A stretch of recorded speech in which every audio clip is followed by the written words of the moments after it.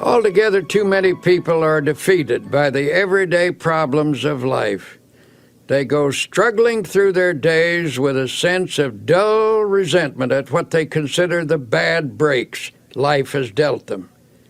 In a sense, there may be such a thing as the breaks in life, but there is also a spirit and a method by which we can control and even determine those breaks. It's a pity that people let themselves be defeated by the problems, cares, and difficulties of human existence, and it is also quite unnecessary. At the time I wrote The Power of Positive Thinking, it never occurred to me that several million copies would be sold. I'm grateful for this, not because so many books were sold, but because I've been privileged to suggest a simple, workable philosophy of living to so many people. The dynamic laws which my book teaches were learned the hard way by trial and error in my personal search for a way of life. I found in these laws solutions to my problems, and as I realized their power, I wanted to share my experience with others. I wrote the book out of deep concern for the pain and struggle of human existence. The examples and techniques I present show that you don't have to be defeated by anything, that you can have peace of mind, improved health, and a never-ceasing flow of energy. Positive thinking is both a philosophy and an expression of faith. It teaches the cultivation of peace of mind, not as an escape from problems, but as a practical approach to creating a life that is personally and socially worthwhile. The way of life to which this book is a witness is very wonderful. Although the road can be a difficult one, it is also full of hope and victory and even joy. It is my sincere hope that you will take these principles to heart and discover for yourself how the power of positive thinking can truly change your life. The greatest secret for eliminating the inferiority complex, which is another term for profound self-doubt, is to fill your mind to the overflowing with faith. Develop a tremendous faith in God, and that will give you a humble yet soundly realistic faith in yourself. And how do you acquire this dynamic faith? Well, the answer begins with the study of the Scriptures and the use of prayer, lots of prayer. The Scriptures say, according to your faith be it unto you. The bigger your problem, the bigger your prayer should be. Drive your prayers deep into your doubts, into your fears and insecurities. Pray deep, big prayers that have plenty of strength, and you will come up with a powerful and vital faith. It is also helpful to go to a competent spiritual advisor, a minister, a priest, or a rabbi for instruction. The ability to make faith work for you is a skill, and like any skill, it must be studied and practiced to be perfected. One of the most powerful cures for self-doubt is the thought that you are not alone in this world, that Almighty God is actually with you, helping you, that He will be your companion, that He will stand by you, support you, and see you through every adversity. To practice this belief, simply affirm, God is with me, God is helping me, God is guiding me. Spend several minutes each day visualizing God's presence. Then practice believing that affirmation. Go about your business on the assumption that what you have affirmed and visualized is absolutely true. The release of power and confidence which this procedure stimulates will astonish you. Along with prayer and study of the Scriptures, another very effective way to build self-confidence is by suggesting confidence concepts to yourself. If your mind is obsessed by thoughts of insecurity and inadequacy, that is, of course, because such thoughts have dominated your thinking over a long period of time. You must give your mind a different and more positive thought pattern, and that requires discipline. In the busy activities of daily existence, the repetition of positive ideas can help re-educate the mind and make of it a power-producing plant. It is possible, even in the midst of your daily work, to drive confident thoughts into your consciousness. Let me tell you about a method one man discovered. This man once went around with the feeling that something terrible was going to happen to him, and it made his life miserable, of course. His mind was saturated with a sense of inferiority. This mental state was reflected in his business, which was doing poorly. But then he hit upon a plan which knocked all those thoughts out of his mind, a plan which allowed him to live with a sense of confidence in himself and in life. I'm a traveling salesman, he explained, and I drive around all day calling on my customers. I've discovered that while a person drives, he or she thinks all kinds of thoughts. If the pattern of thought is negative, one will think many negative thoughts during the day. And that's the way I used to be, he said. I used to drive around all day between calls with my mind full of fear and defeat. And that is one of the reasons my work was going so poorly. Then he showed me his plan. In his glove compartment, he kept a pack of small cards. He chose one and clipped it on the instrument panel of his car. It read, "If you have faith, nothing shall be impossible unto you." He pulled out another which read, "If God be for us, who can be against us?" He told me that as he drove around, he memorized these thoughts. He said, "I've learned to think differently as a result of this practice. The old insecurities that used to haunt me are just about all gone now.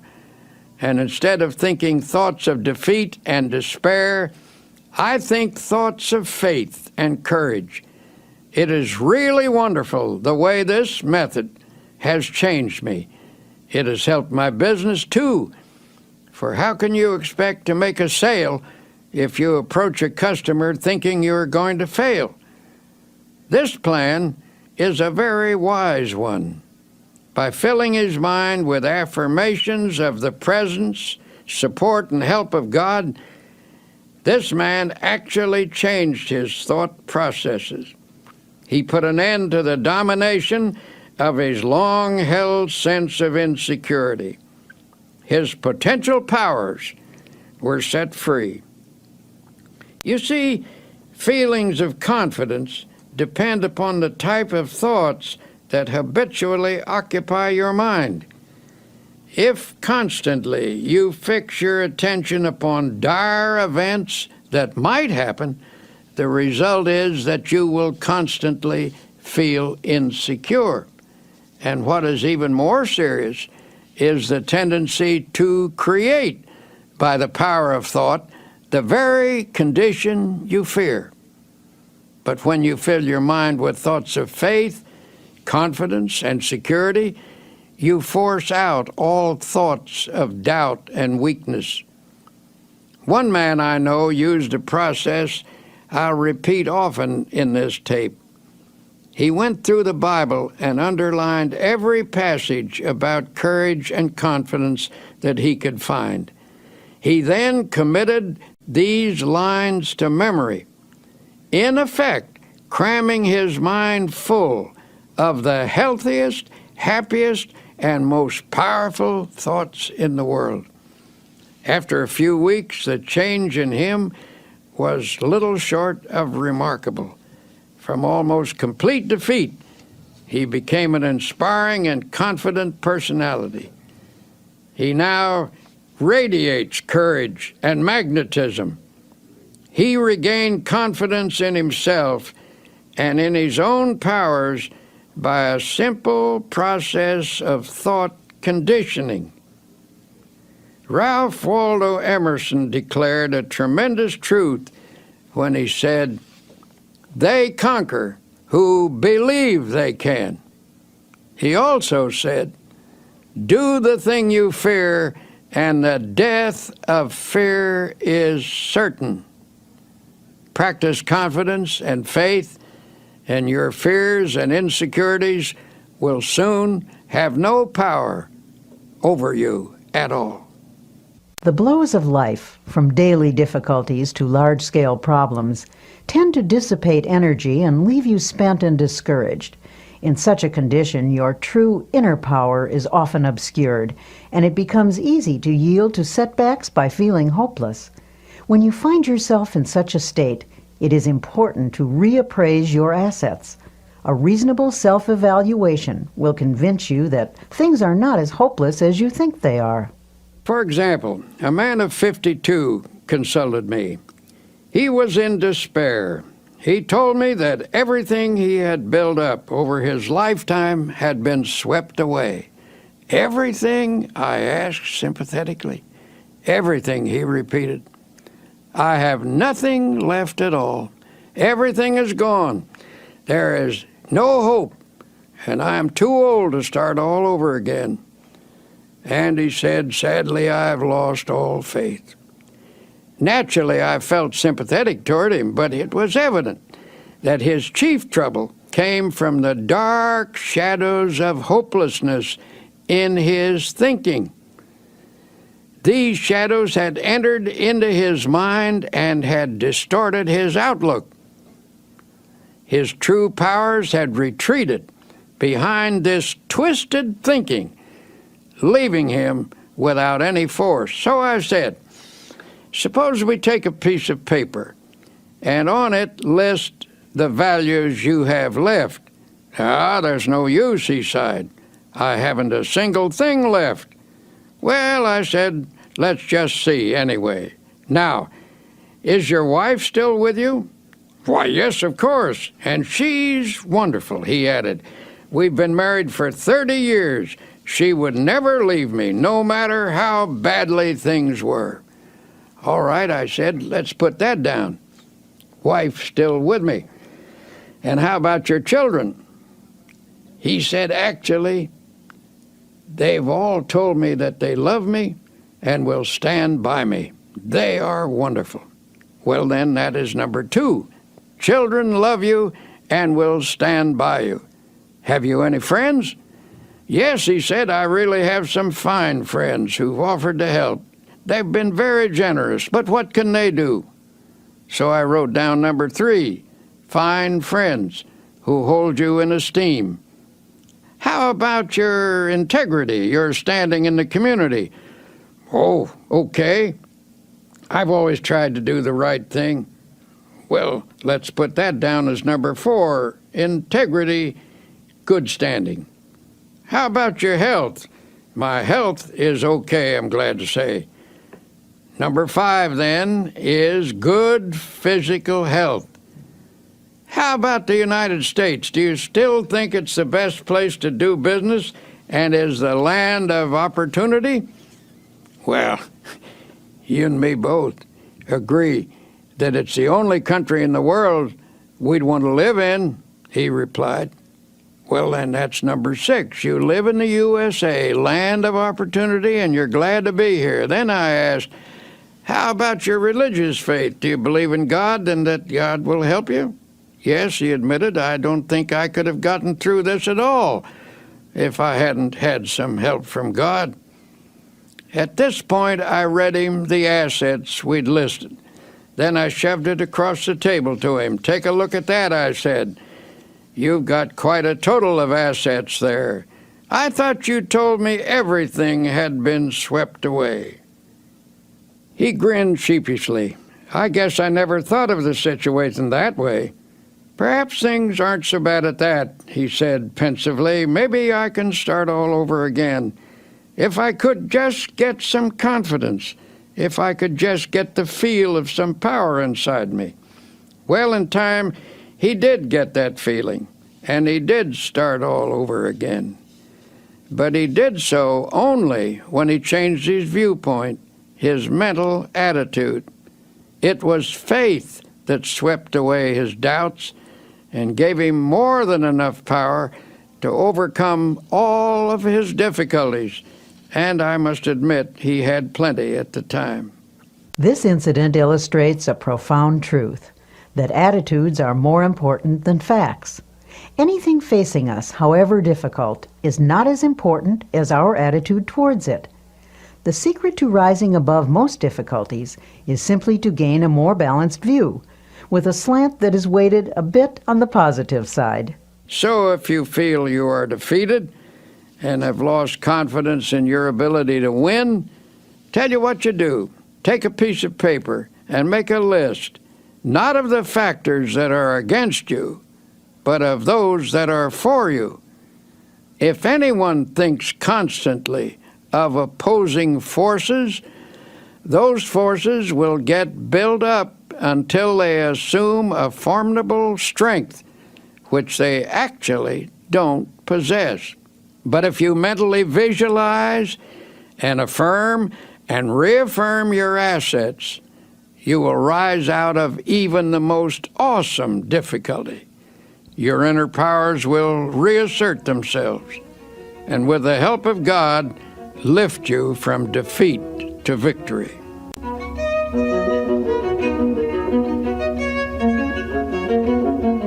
To help you start building up your self-confidence, here are 7 suggestions. 1. Create a mental picture of yourself as a success. Hold on to this picture tenaciously. Never permit it to fade. Since your mind tries to complete what it pictures, always picture success, no matter how badly things seem to be going at the moment.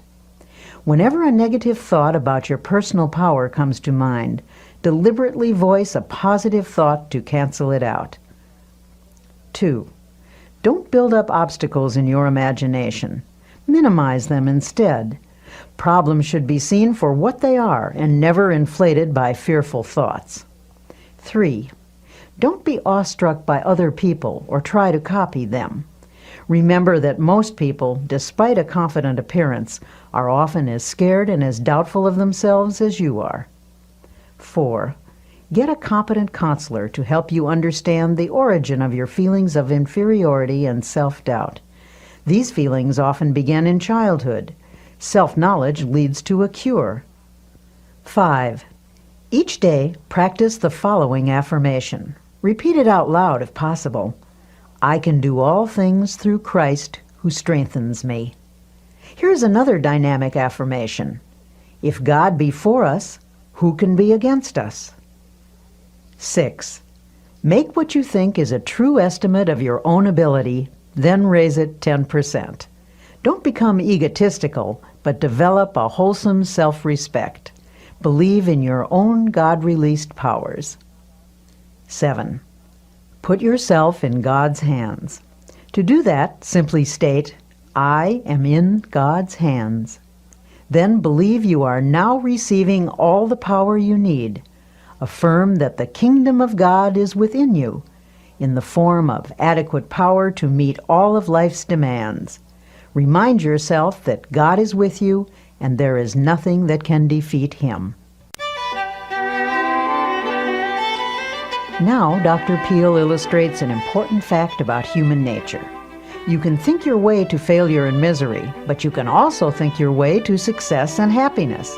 Because thoughts are real and dynamic, learning to harness their power is a crucial step in creating a life of your own choosing. Some years ago, I was working with a group of people to establish a nonprofit inspirational magazine. At one point, our endeavor was faced with severe financial problems. In other words, it was almost broke. And when it seemed almost impossible to keep going, I called a meeting. I invited a woman who had once contributed a nice sum to this magazine, hoping that lightning might strike twice in the same place. But this time, she said she would give us something of greater value than money. This rather surprised us, for under the circumstances, we couldn't think of anything more valuable than money. When she told us she was going to give us a creative idea, we didn't jump with enthusiasm. All we could think was, how can we pay our bills with an idea? But, as it turned out, an idea is precisely what helped us pay our bills. Every achievement in the world was first initiated as a creative idea. First the idea, then faith in it, then the means of implementing the idea. That is the way success proceeds. This woman continued. Now she said, here is the idea. What is your present trouble? Your trouble is that you lack everything, don't you? You lack money, you lack subscribers, you lack equipment, you lack courage. And why do you suppose you lack everything? Why, simply because you're only thinking about what you lack. You are constantly thinking lack thoughts, and you have thereby created a condition of lack.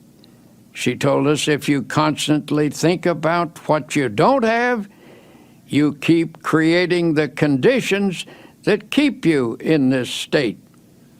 By emphasizing only what you lack, you frustrated the creative forces that can get this project really rolling.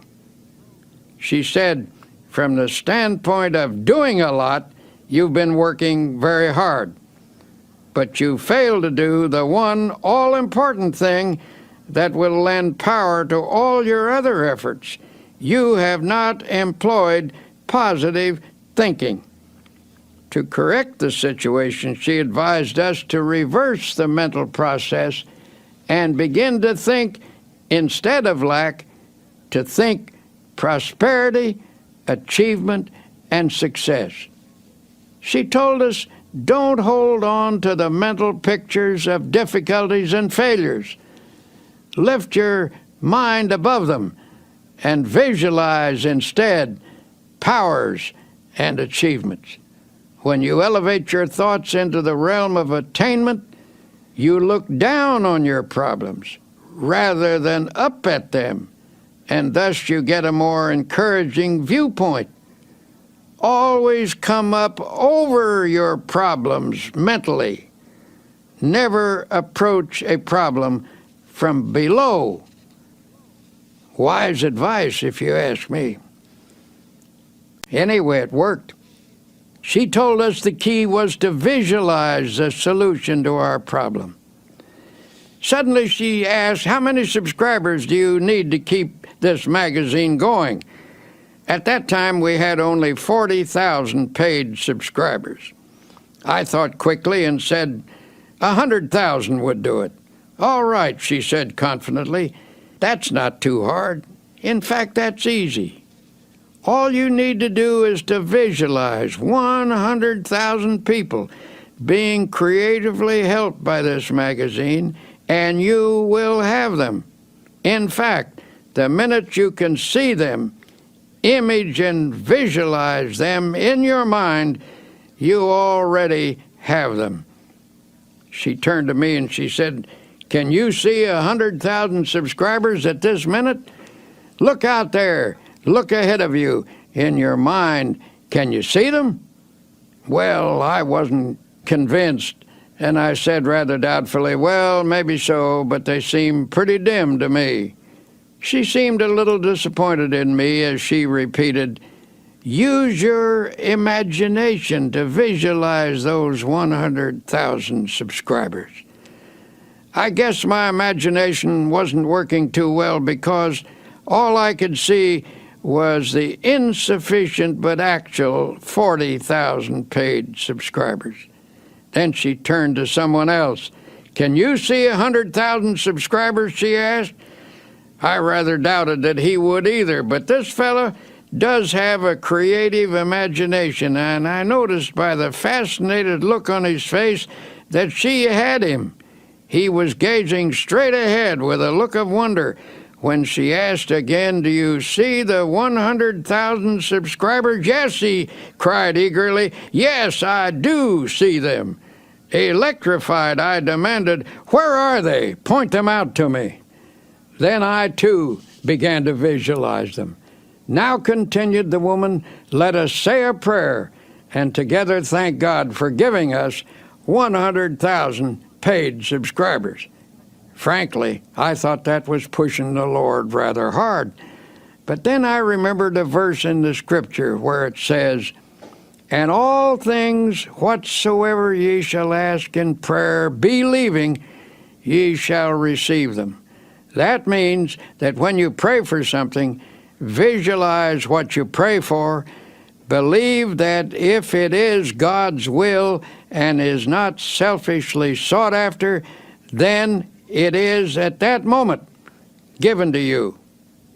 If you have difficulty believing this story, let me assure you that from that moment on, our magazine enterprise never lacked for anything. I tell you this because I was awed by the experience, realizing that I had stumbled upon a tremendous formula for personal victory. I call it the power of positive imaging. I decided to apply it from then on to my own problems, and whenever I've done so, I've had marvelous results. But whenever I've failed to do so, I've missed great opportunities. One of the most important insights about the human race was expressed by the famous psychologist William James. He said, "The greatest discovery of my generation is that human beings can alter their lives by altering their attitudes of mind. In other words, as you think, so shall you be." If you want to improve your situation, get rid of all your old, tired, worn-out thoughts. Fill your mind with fresh, new, creative thoughts of faith, love, and goodness. By this process, you can actually remake your life.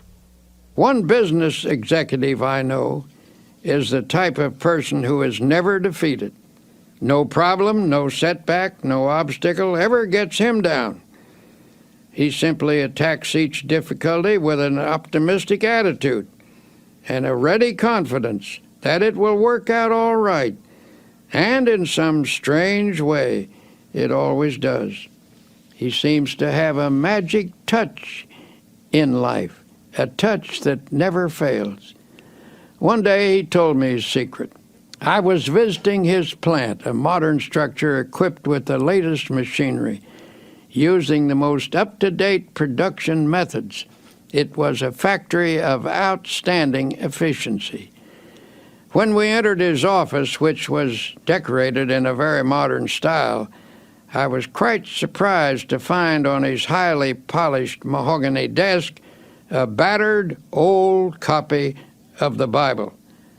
"That book," he replied, pointing to the Bible, "is actually the most up-to-date thing in this plant. Equipment wears out and furnishing styles change. But that book is so far ahead of us that it never gets out of date." When I went to college, my good Christian mother gave me that Bible, saying if I would read and practice its teachings, I would learn how to get through life successfully. I took the book, he said, just to humor her, but for years I practically never looked at it. I thought I didn't need it. Well, how stupid can you get? And I got my life in a terrible mess. He continued his story saying everything went wrong, primarily because I was wrong. I was thinking wrong and acting wrong. I succeeded at practically nothing, failed at almost everything. Now I realize that my principal trouble was wrong thinking. I was negative, resentful, cocky, opinionated. Nobody could tell me anything. I was filled with gripes at everybody. Little wonder I had no friends. Well, he said, one night I was going through some papers and I came across the long-forgotten Bible. It brought up old memories, and I started to read it aimlessly. It's strange how things happen, how in just a moment of time, everything can become different. As I read, a sentence leaped up at me, a sentence that changed my life.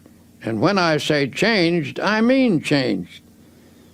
Here is the sentence this man quoted. "The Lord is the strength of my life.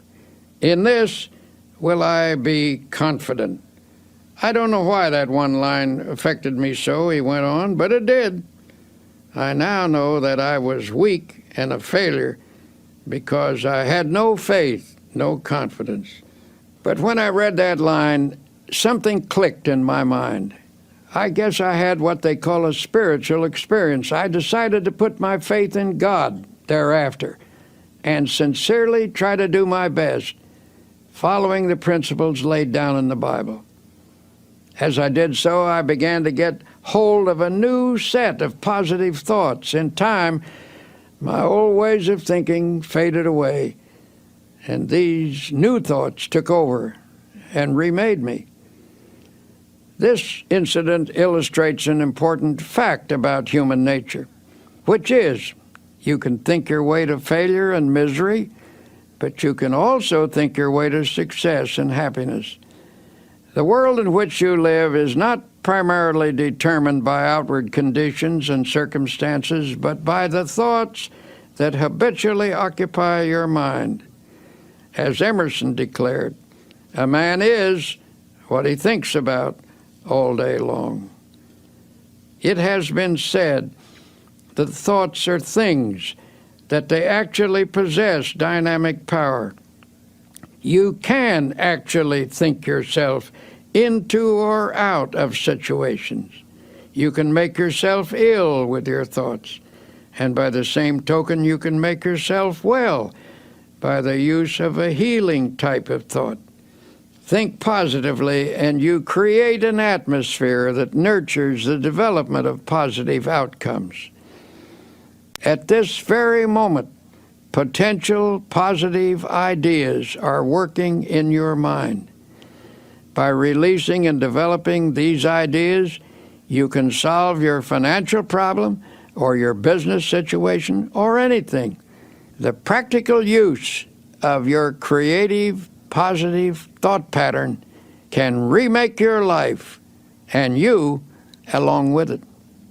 There was a time when I acquiesced in the silly idea that there is no relationship between faith and prosperity, that when one talked about religion, it should never be related to achievement, that it dealt only with ethics and morals or social values. But I came to realize that such a viewpoint limits the power of God and the development of the individual. Christianity teaches that there is a tremendous power in the universe, and that this power can and does dwell in personality. It is a power that can blast out all defeat and lift a person above every difficult situation. We have seen the demonstration of atomic energy. We know that astonishing and enormous energy exists in the universe. This same force of energy resides in the human mind. Nothing on earth is greater than the human mind in potential power. The average individual is capable of much greater achievement than he or she has ever realized.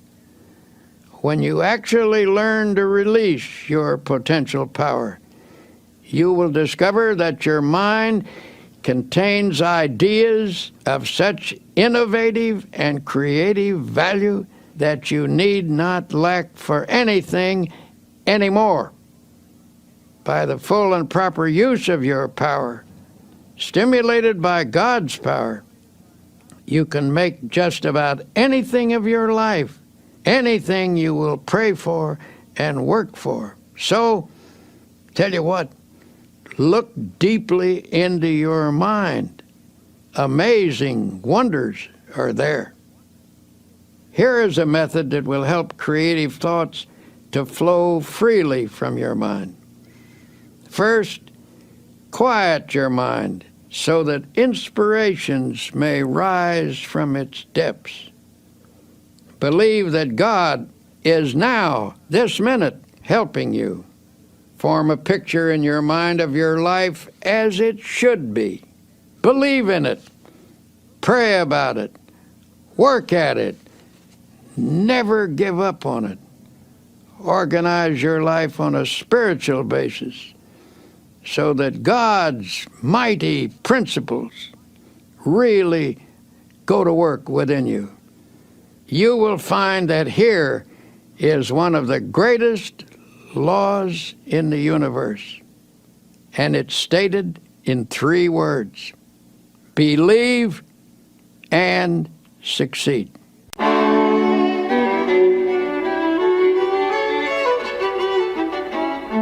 In the final analysis, the basic reason a person fails to live a creative and successful life is because of error within himself. His thinking is wrong. When the 23rd Psalm says, "He leadeth me in the paths of righteousness," it not only means that a person is to depart from evil and do good, but that he is to change his thinking from wrong to right, from error to truth. The great secret of successful living is to reduce the amount of error in oneself and increase the amount of truth. It's just that simple. A constant stream of positive, God-guided thoughts creatively affects the circumstances of life. For inner truth always guides you toward the right path and therefore leads to the right results.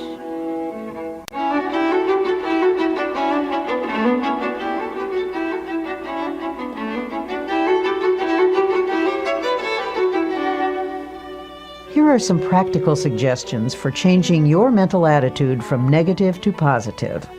Such a change will release the kinds of thoughts that can help you make creative changes in your circumstances. 1. For the next 24 hours, deliberately speak hopefully about everything: your job, your health, your future. Go out of your way to put optimism in everything you say. 2. After speaking hopefully for 24 hours, continue the practice for 1 week. Then you can permit yourself to be realistic for a day or 2. You'll discover that what you meant by realistic a week ago was actually pessimistic, and what you now mean by realistic is something entirely different. It is the dawning of the positive outlook. When most people say they're being realistic, they delude themselves. They are simply being negative. 3. Feed your mind even as you feed your body. A healthy mind requires nourishing, wholesome thoughts. Start at the beginning of the New Testament and underline every sentence about faith. Continue doing this until you've marked every passage in the 4 books: Matthew, Mark, Luke, and John. 4. Commit all of those passages to memory. Learn 1 each day until you can recite the entire list from memory. This will take time, but remember, you've spent much more time being a negative thinker. Unlearning a negative pattern requires time and effort. 5. Make a list of your friends who are positive thinkers and deliberately cultivate their company. Don't abandon your negative friends, but get closer to those with a positive point of view until you've absorbed their spirit. 6. Try to avoid arguments, but whenever a negative attitude is expressed, counter with a positive and optimistic opinion. 7. Pray a great deal and always let your prayers take the form of thanksgiving. Assume that God is giving you great and wonderful things, for if you think He is, He surely is. God will not give you any greater blessing than you can believe in. Remember, according to your faith, be it unto you.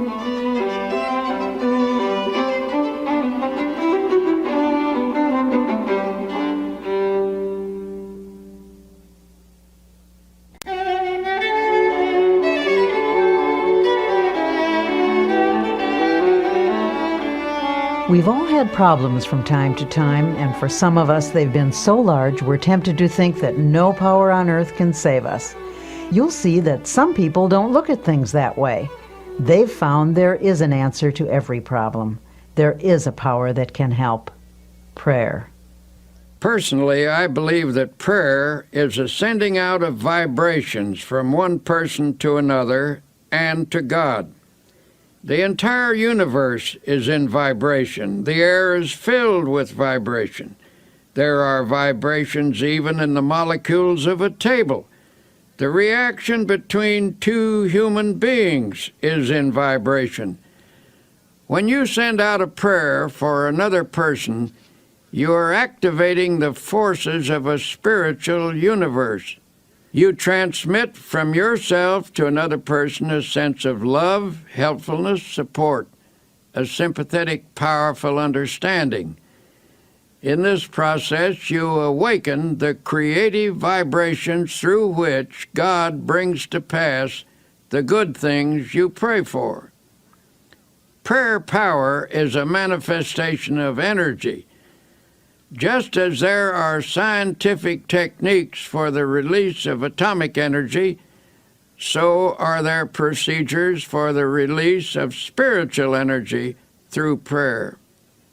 Tension and other related troubles can result from a lack of inner harmony, but it is remarkable how prayer restores the harmonious functioning of body and soul. It appears that even the aging process can be held in check by prayer. You need not lose your vital energy or become weak and listless just because of accumulating years, nor is it necessary for your spirit to sag or become dull. Prayer can actually freshen you up every evening and send you out renewed every morning. And of course, if prayer is driven deeply into your subconscious, you can receive guidance in problems. If you haven't experienced this power, perhaps you need to learn some new techniques of prayer. It is important to realize that you're dealing with the most tremendous power in the world when you pray. The key is to find the process that most effectively opens your mind to God. Any method which stimulates the flow of God's power into your mind is highly creative. If you've been praying in a certain manner, even if it's brought blessings, which it doubtless has, perhaps you can pray even more profitably by varying the pattern and by experimenting with fresh prayer formulas. One man I know opened a small business in New York City a number of years ago. He characterized his first establishment as a little hole in the wall. He had only one employee. In a few years, this man moved into more extensive quarters. It became a very successful operation. As he described it, his method of business was to fill the little hole in the wall with optimistic prayers and positive thoughts. He declared that hard work, positive thinking, fair dealing, right treatment of people, and the proper kind of praying always gets results. This man, who certainly has a creative and innovative mind, worked out his own formula for solving his problems. It's a curious formula, but I have practiced it myself, and I know that it works. The formula is: 1. Prayerize. 2. Picturize. 3. Actualize. By prayerize, he meant a daily system of creative prayer. When a problem arose, he talked it over with God very simply and directly.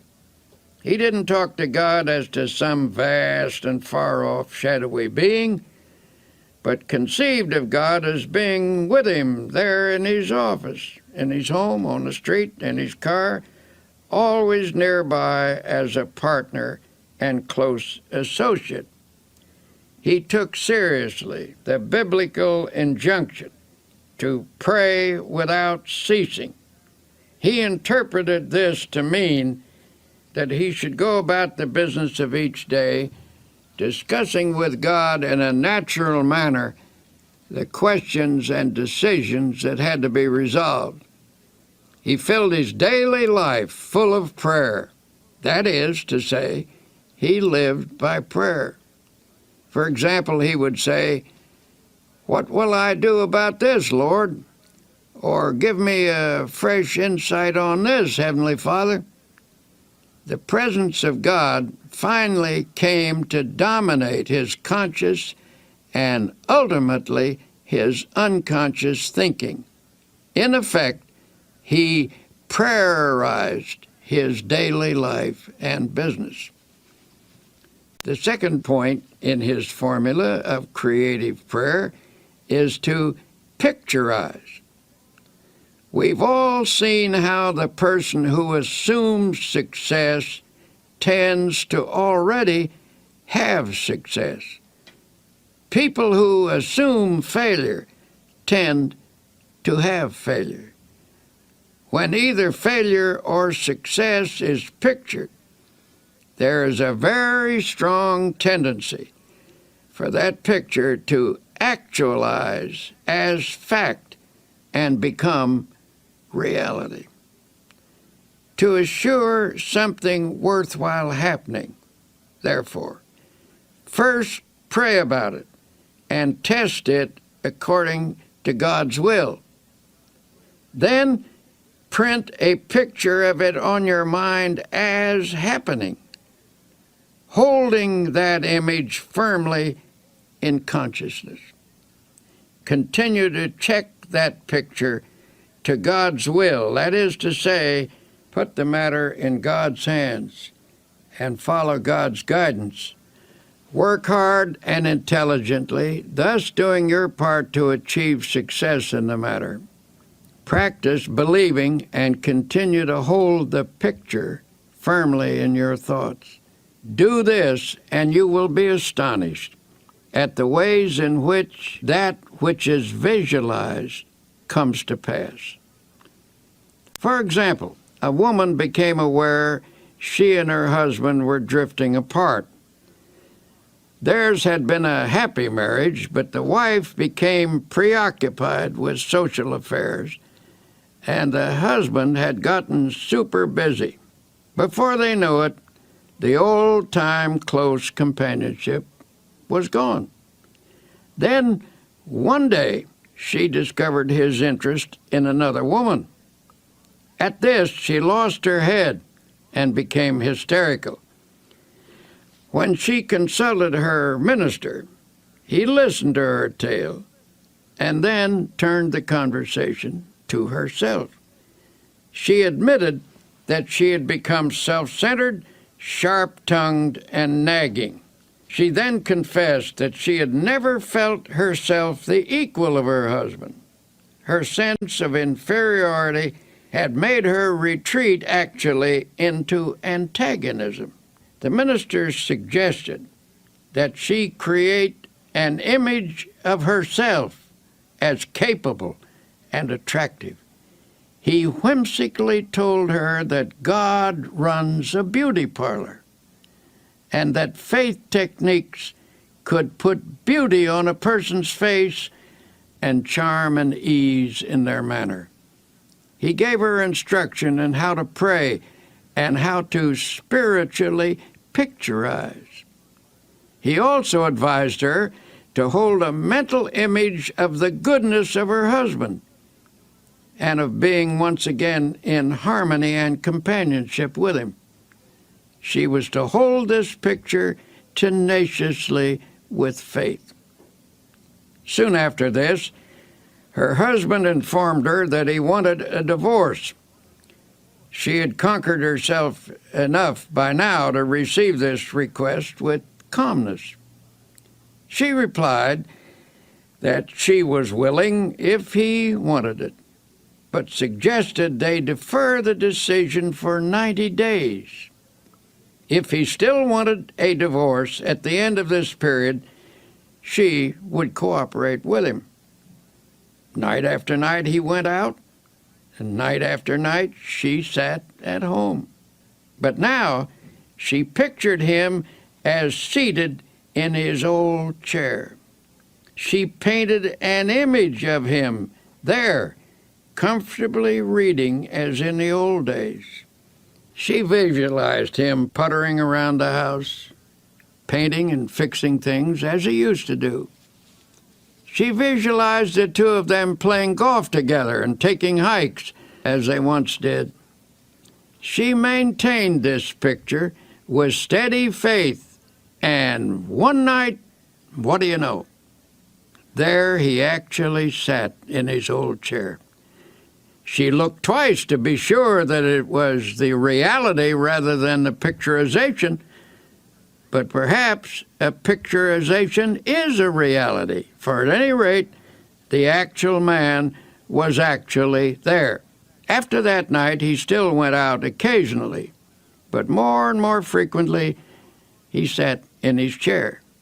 Then he began to read to her, as in the old days. Finally, one sunny Saturday afternoon, he asked, "What do you say to a game of golf?" The days went by pleasantly until she realized that the 90th day had arrived. That evening she said quietly, "Bill, this is the 90th day." "What do you mean?" he asked, puzzled. "The 90th day. Why, don't you remember? We agreed to wait 90 days to settle that divorce matter, and this is the day." He looked at her for a moment, and then, hidden behind his paper, he casually turned a page and said, "Don't be silly. I couldn't possibly get along without you. Where did you get the idea I would ever leave you?" When the New Testament says the kingdom of God is within you, it is informing us that God has provided us with all the potential abilities we need. It is up to us to tap and develop those powers. A man I know is the chief of 4 executives in a successful company. At regular intervals, these men have idea sessions. The purpose of these meetings is to tap all the creative ideas lurking in the minds of any of the 4. For this session, they use a room without telephones, buzzers, or other usual office equipment. Before starting the session, the group spends 10 minutes in silent prayer and meditation. They conceive of God as creatively at work in their minds. Each prays and meditates silently in his own way. Following the quiet period, all start talking, pouring out ideas that have come to their minds. Memos of the ideas are written on cards and thrown on the table. No one is permitted to criticize any idea at this point, for they believe that argument can stop the flow of creative thought. The cards are gathered up to be evaluated at a later session which follows this idea tapping session, where thinking is stimulated by prayer power.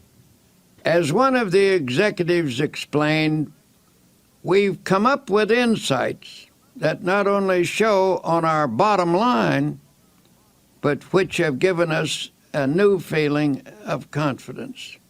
Beyond that, a deeper feeling of fellowship among the four of us has grown, and this has spread to others as well.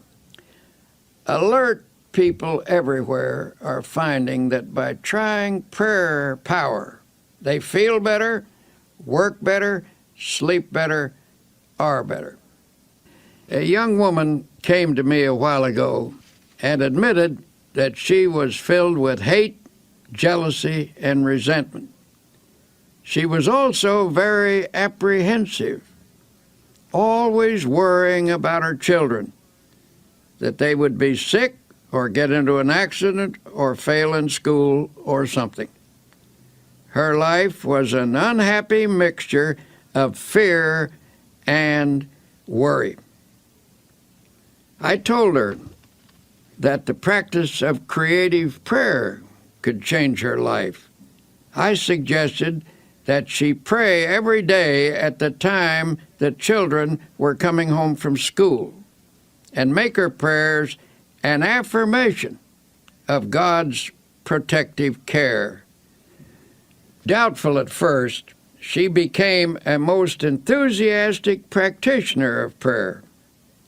Here's what she wrote to me. My greatest progress dates from the time you told me that every day is a good day if you pray.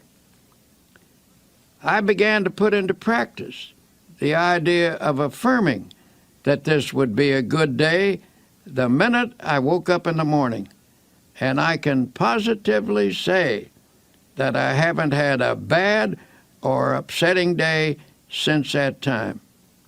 The amazing thing is that my days actually haven't been any smoother or any more free from petty annoyances than they ever were, but they just don't seem to have the power to upset me anymore. Every night I begin my prayers by listing all the things for which I am grateful, little things that added to the joy of the day. I know that this habit has geared my mind to pick out the nice things and forget the unpleasant ones. The fact that for 6 weeks I have not had a single bad day and have refused to get downhearted with anyone is really marvelous to me. Millions of people find tremendous power each day through prayer. Here are 10 suggestions for achieving effective results from your prayers. 1. Set aside a few minutes each day. Do not say anything. Simply practice thinking about God. This will make your mind spiritually receptive. 2. Pray out loud using simple, natural words. Tell God anything that's on your mind. Talk to God in your own language. 3. Pray as you go about the business of the day, on the subway or bus or at your desk. Begin by closing your eyes to shut out the world and concentrate briefly on God's presence. 4. Don't always ask for something when you pray, but instead affirm that God's blessings are being given and spend most of your prayers offering thanks. 5. Pray with the belief that sincere prayers can reach out and surround your loved ones with God's love and protection. 6. Never use a negative thought in prayer. Only positive thoughts get results. 7. Always express willingness to accept God's will. Ask for what you want, but be open to take what God gives you. It may be better than what you ask for. 8. Practice the attitude of putting everything into God's hands. Ask for the ability to do your best and then leave the results confidently to God. 9. Pray for people you do not like or who have mistreated you. Resentment is the first obstacle to spiritual power. 10. Make a list of people for whom to pray. The more you pray for others, especially those not connected with you, the more the good results of prayer will come back to you.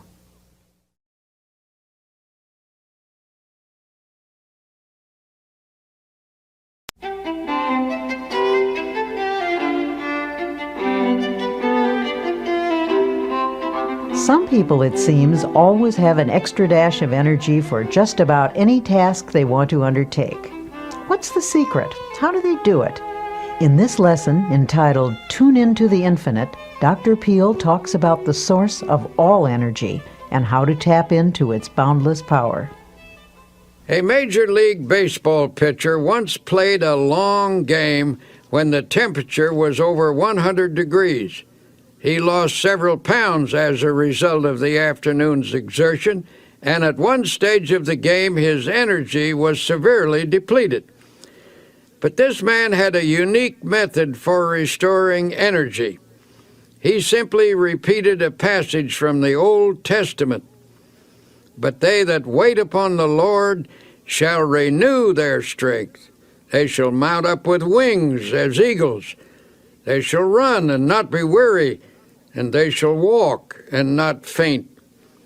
The pitcher completed the game with energy to spare. He explained the technique by saying, I sent a powerful energy-producing thought through my mind. As this baseball player discovered, prayer has the power to alter not only our attitudes, but our energy level as well. How we think we feel physically has a definite effect on how we actually feel. If your mind tells you that you're tired, the nerves and the muscles accept that as a fact. If your mind is intensely interested in something, you can keep on with an activity indefinitely. In the same way, our spiritual life functions through our thoughts, especially when we pray.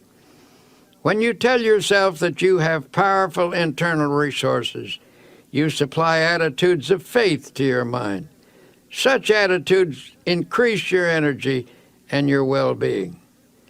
A friend of mine, a man full of vitality and vigor, says that he goes to church regularly to get his batteries recharged. His concept is sound.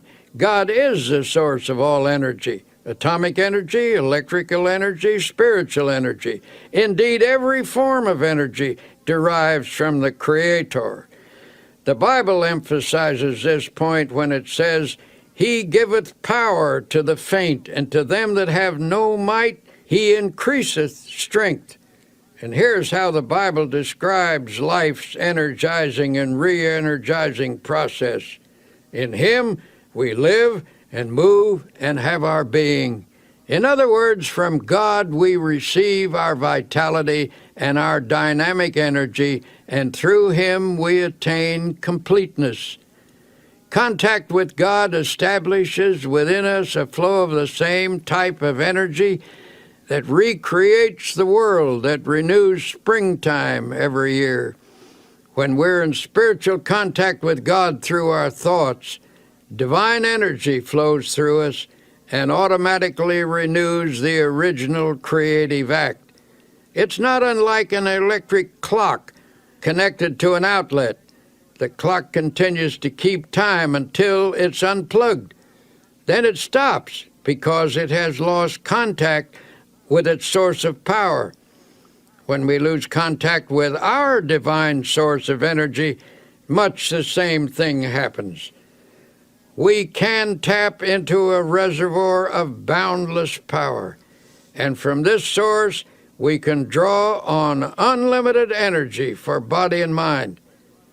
A friend of mine, a man whose responsibilities are very heavy, works from morning until night without interruption, but this fellow always seems able to assume new obligations. Most importantly, he has the knack of handling his work easily and efficiently. One day I happened to be talking with his physician, and I commented that I hoped this man wasn't setting a dangerous pace that could lead to a breakdown. The doctor shook his head. No, he replied, I don't think there's any danger of a crack-up. The reason is that he's a thoroughly well-organized individual with no energy leaks in his makeup. He handles things with easy power and carries burdens without strain. He never wastes an ounce of energy. Every effort is applied with maximum force. When asked to account for this seemingly boundless energy and efficiency, the physician stated, he's emotionally well integrated, and what's more important, he is a soundly religious person. His religion provides him with a workable mechanism for preventing energy leaks. It isn't hard work that drains off energy, but emotional upheaval, and this man is entirely free from that. More and more people are realizing that the maintenance of a sound spiritual and emotional life is an important factor in the enjoyment of a forceful personality. If proper attention is given to the spirit and the emotions, energy will be conserved. But if emotional reactions are not kept in balance, you will begin to see a drain on your vital force. When body, mind, and spirit work harmoniously, there is a natural and continuous replacement of necessary energy. It was the custom of Thomas A. Edison, the world's greatest inventive wizard, to come home from his laboratory after many hours of labor and lie down on his old couch. His wife said he would fall asleep as naturally as a child. In perfect relaxation, he would sink into a deep and untroubled slumber. After 3 to 5 hours, he would become instantly wide awake, completely refreshed, and eager to return to his work. When she was asked to analyze her husband's ability to rest in such a natural and complete manner, Mrs. Edison said, he was nature's man. By that she meant that he was completely in harmony with nature and with God. He was free from obsessions, disorganization, conflict, mental quirks, and emotional instability. He worked until he needed to sleep. Then he slept soundly, arose, and returned to his work. He lived a long life and was in many respects the most creative mind ever to appear on the American continent. He drew his energy from emotional self-mastery, the ability to relax completely, his amazingly harmonious relationship with the universe, caused nature to reveal to him its inscrutable secrets. Every great personality I have ever known, and I have known many, who has demonstrated the capacity for prodigious work, has been a person in tune with the infinite. Every such person seems in harmony with nature and in contact with divine energy. They haven't necessarily been pious people, but invariably they have been extraordinarily well organized from an emotional and psychological point of view. It is fear, resentment, inner conflicts, and obsessions that throw us off balance and thus cause the expensive and unnecessary expenditure of natural force. We are at last awakening to the close relationship between religion and health. We are beginning to comprehend a basic truth, that our physical condition is determined very largely by our emotional condition, and our emotional life is profoundly regulated by our thought life. All through its pages, the Bible talks about vitality and force and life. The supreme overall word of the Bible is life, and life means vitality, to be filled with energy. Jesus stated the key expression, I am come that they might have life, and that they might have it more abundantly. Or as one version has it, I am come that they might have life and have it in all its fullness. This does not rule out pain or suffering or difficulty, but the clear implication is that if a person practices the creative and recreative principles of Christianity, he can live with power and energy. It's important to note that the practice of these principles will bring a person into the proper tempo of living.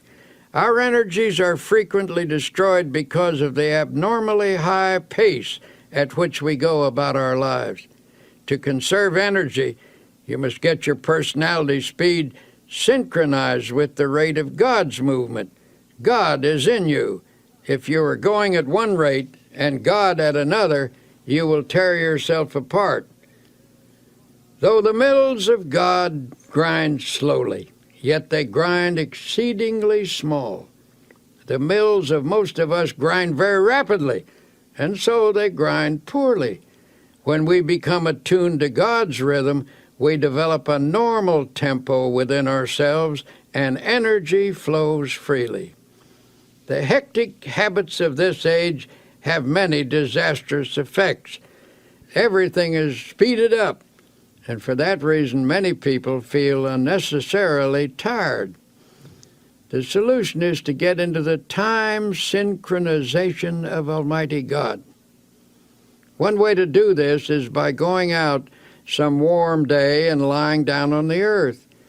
Get your ear close down to the ground and listen.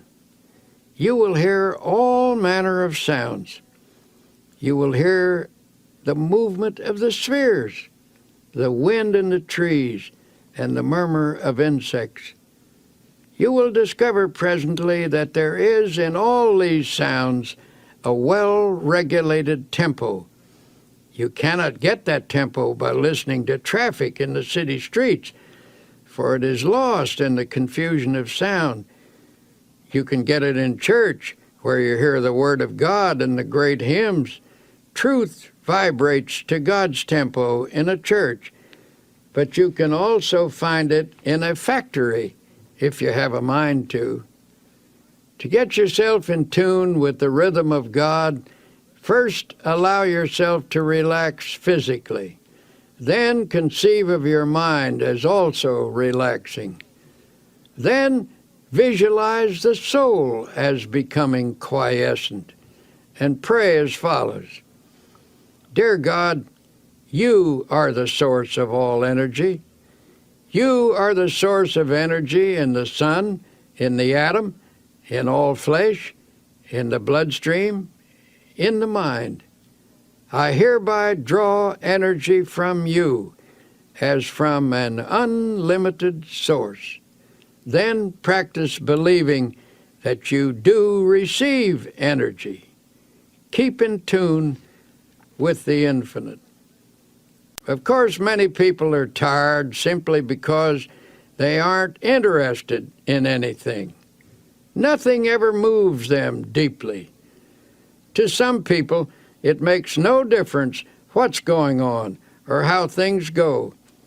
Their personal concerns are more important than all crises in human history.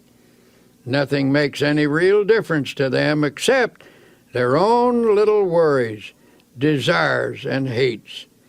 They wear themselves out by stewing about a lot of inconsequential things that amount to nothing.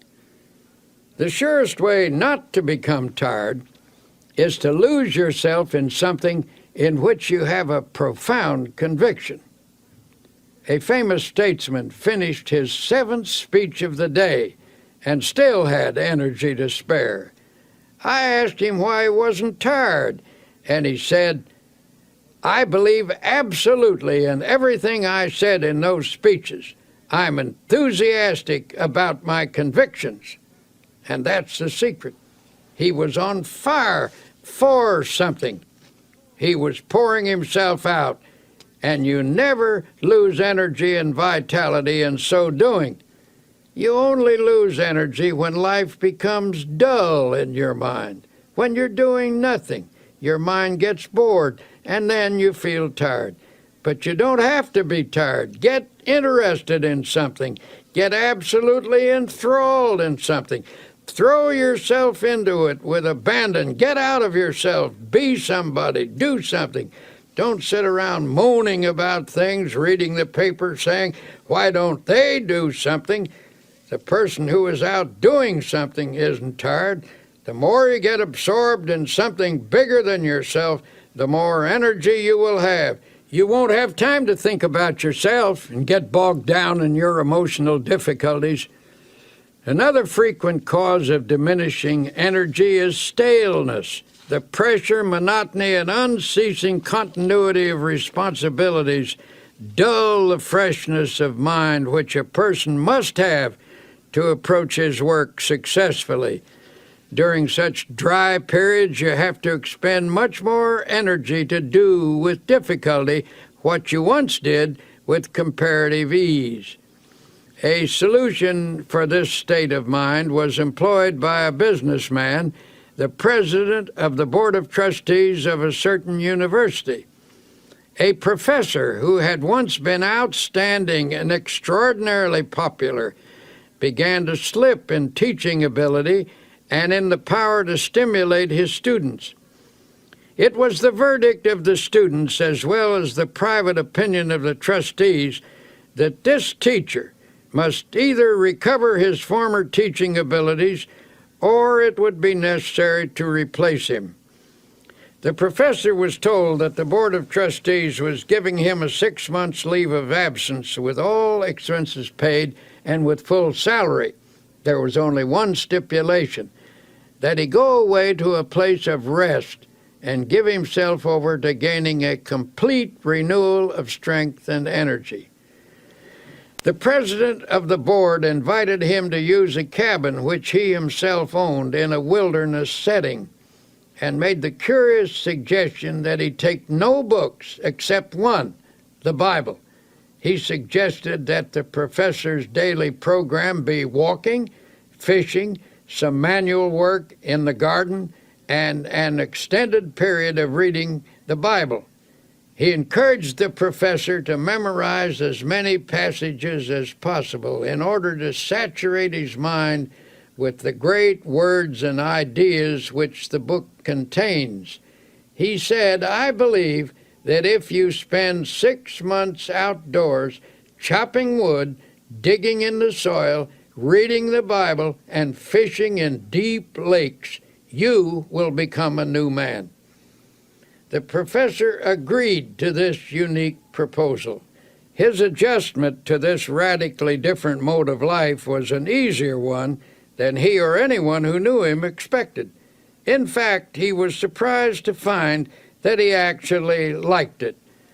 After he became accustomed to active outdoor living, he discovered it had an immense appeal for him. He missed his intellectual associates and his reading for a while, but forced back upon the Bible, his only book, he became immersed in it. To his amazement, he found the Bible to be, as he put it, a library within itself. In the pages of the Bible, he found faith and peace and power. In 6 months, he was a new man. When he returned to teaching, his colleagues and students found him a person of compelling power and exciting inspiration. His staleness had gone, and the old-time energy returned. The spiritual retreat caused his power to surge again and renewed his zest for living. Here are a few suggestions for increasing your energy and vitality. 1. Remember, how you think you feel physically has a definite effect on how you actually feel. Tell yourself frequently that you have powerful internal resources. 2. God is the source of all energy. To tap into this boundless reservoir, repeat this affirmation: He giveth power to the faint, and to them that have no might, He increases strength. 3. Try to stay in harmony with nature and in contact with divine energy. People who are free of fear, resentment, inner conflicts, and obsessions have an abundance of energy because they don't waste their precious emotional resources. 4. Get interested in something. People frequently feel tired because they aren't on fire for something outside their own small circle of interests. 5. Rejuvenate your spirit by taking yourself away from daily routines. Take along a Bible as your companion.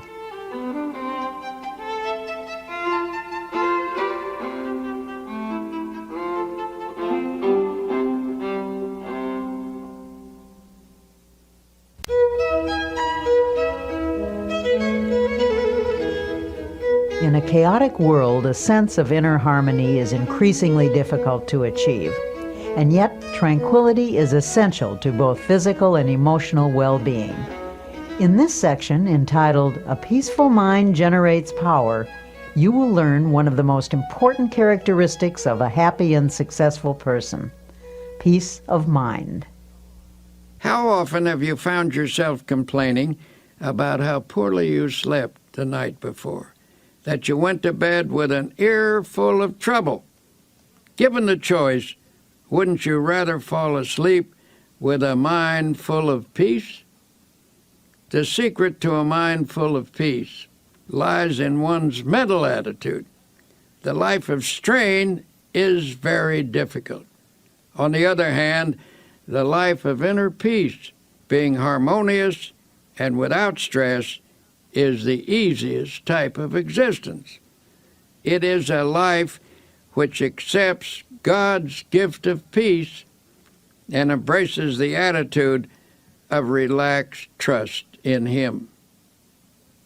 The first technique recommended is to practice emptying the mind. I cannot emphasize enough the importance of a frequent mental catharsis. This means clearing the mind of fears, hates, insecurities, regrets, and guilt. The mere attempt to empty the mind tends to give relief. Haven't you ever experienced a welcome sense of release when you've poured out your troubles to somebody you can trust? One effective method for doing this is the daily practice of silence. Everyone should insist upon at least 15 minutes of absolute silence every day. Go alone into the quietest place available and sit or lie down. Do not talk, do not write, do not read. Think as little as possible. Conceive of your mind as the surface of a body of water and see how nearly quiet you can make it so that there isn't even a ripple. When you've attained a quiescent state, begin to listen for the deeper sounds of harmony and beauty and of God that are to be found in the essence of silence. I was once conducting a religious service on an ocean liner on a voyage to Hawaii. In the course of my talk, I suggested that people who were carrying worries in their minds go to the stern of the vessel and imaginatively take each anxious thought out and drop it into the ocean and watch it disappear in the wake of the ship. It seemed an almost childlike suggestion, but a man who had quite a no-nonsense manner came to me later that day and said, "You know something? Every evening at sunset, as long as this voyage lasts, I'm going to drop all my worries overboard until I develop the ability to cast them entirely out of my consciousness at will. Every day I shall watch them disappear in the great ocean of time." Doesn't the Bible say something about forgetting those things that are behind? Of course, just emptying the mind is not enough. To prevent those old unhappy thoughts from sneaking in again, you must refill the mind immediately with creative and healthy thoughts. These happy thoughts will stand guard when the old fears, hates, and worries that used to haunt you try to edge back in again. At intervals during the day, practice thinking a carefully selected series of peaceful thoughts. Let mental pictures of the most peaceful scenes you have ever witnessed pass across your mind. For example, you might see a beautiful valley filled with the hush of evening time as the shadows lengthen and the sun sinks to rest. Or you could recall the silvery light of the moon falling upon rippling waters, or the sea washing gently upon soft shores of sand. Serene images like these will work upon your mind as a healing medicine. You might also practice the techniques of repeating beautiful words out loud. Words have profound suggestive power, and there is healing in the very saying of them. Utter a series of panicky words, and your mind will immediately go into a mild state of nervousness. You will perhaps feel a sinking in the pit of your stomach that soon affects your entire body. If, on the other hand, you speak peaceful, quieting words, your mind will react in a peaceful manner. Use such words as, for example, tranquility. Repeat the word slowly several times. Tranquility is one of the most beautiful and melodic of all English words, and the mere saying of it tends to induce a tranquil state. It is also helpful to use lines from poetry. When peaceful quotations are dropped in the subconscious, they lubricate the mind with peace. Here is one from a 16th century mystic. Let nothing disturb you. Let nothing frighten you. Everything passes away except God. God alone is sufficient. The words of the Bible have a particularly strong therapeutic value.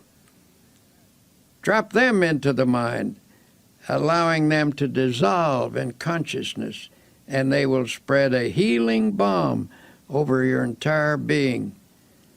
For attaining peace of mind, this is one of the simplest things to do, and also one of the most effective. There are other practical ways by which you can develop a serene state of mind. One way is through your conversations. Depending upon the words we use and the tone in which we use them, we can talk ourselves into being nervous, high-strung, and upset. But by our speech, we can also achieve quiet reactions. Talk peaceful to be peaceful. You see, the words we speak have a direct and definite effect upon our thoughts. So in a group, when the conversation takes an upsetting trend, try injecting peaceful ideas into the talk. Note how it counteracts the tension. A conversation filled with unhappy expectation, at breakfast, for example, often sets the tone of the entire day. On the other hand, if you start each day by affirming peaceful attitudes, your days will tend to be pleasant and successful. Perhaps our lack of inner peace is due in part to the effect of today's increased levels of noise.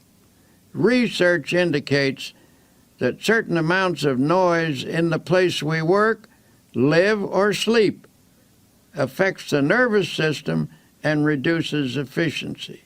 Contrary to popular belief, it is doubtful if we ever completely adjust to some noises. No matter how familiar a repeated sound becomes, it never passes unheard by the subconscious. Automobile horns, the roar of airplanes, and other strident noises actually result in physical activity during sleep. Impulses transmitted to and through the nerves by these sounds cause muscular movements which keep us from getting a real rest. On the other hand, the practice of silence is healing, soothing, and healthy. The sense of rest that results from the practice of complete silence is of utmost value. Now, there is another factor in the search for inner peace that I must mention. Frequently, I find that people who lack a sense of inner peace are victims of self-punishment. At some time in their life, they've committed a sin and are then haunted by a sense of guilt. Sometimes this type of person has sought divine forgiveness, and the good Lord, we know, always forgives someone who asks him and who means it.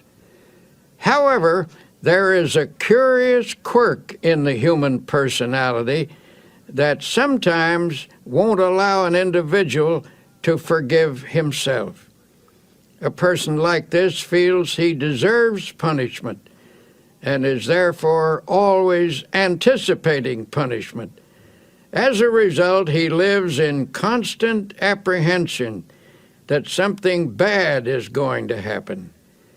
In order to find peace under these circumstances, he feels he must intensify his activity. He thinks that hard work will give him some release from his sense of guilt. A physician told me that a number of cases of nervous breakdown in his practice were linked to such guilt feelings, where the patients unconsciously attempted to compensate by hectic overwork. Then they attributed their breakdown not to a sense of guilt, but to their overworked condition.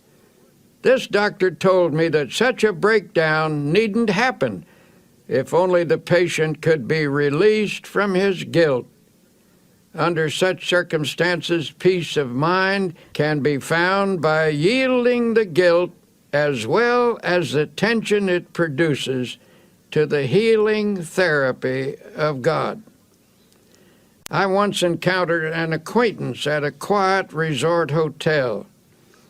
This was a high-pressured, hard-driving, and exceedingly nervous businessman. I found him sitting in the sun in a deck chair and said I was glad to see him relaxing in such a beautiful spot.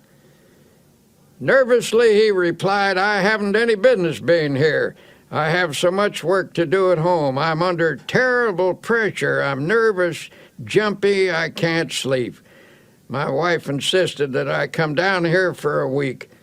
The doctors say there's nothing wrong with me that right thinking and relaxation can't cure. But how in the world do I do that? I would do anything to get a sense of quiet inside myself." We talked a bit, and it came out that he was always worrying that something sinister was going to happen. For years, he had lived in a constant state of apprehension about something happening to his wife or his children or his home. It was not difficult to analyze this case.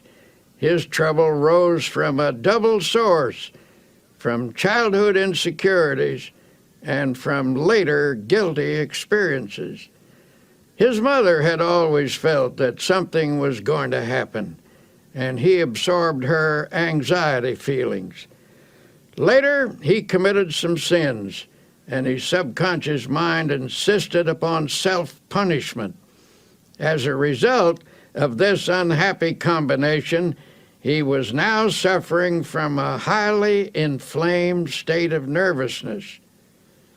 Finishing our conversation, I stood beside his chair a moment.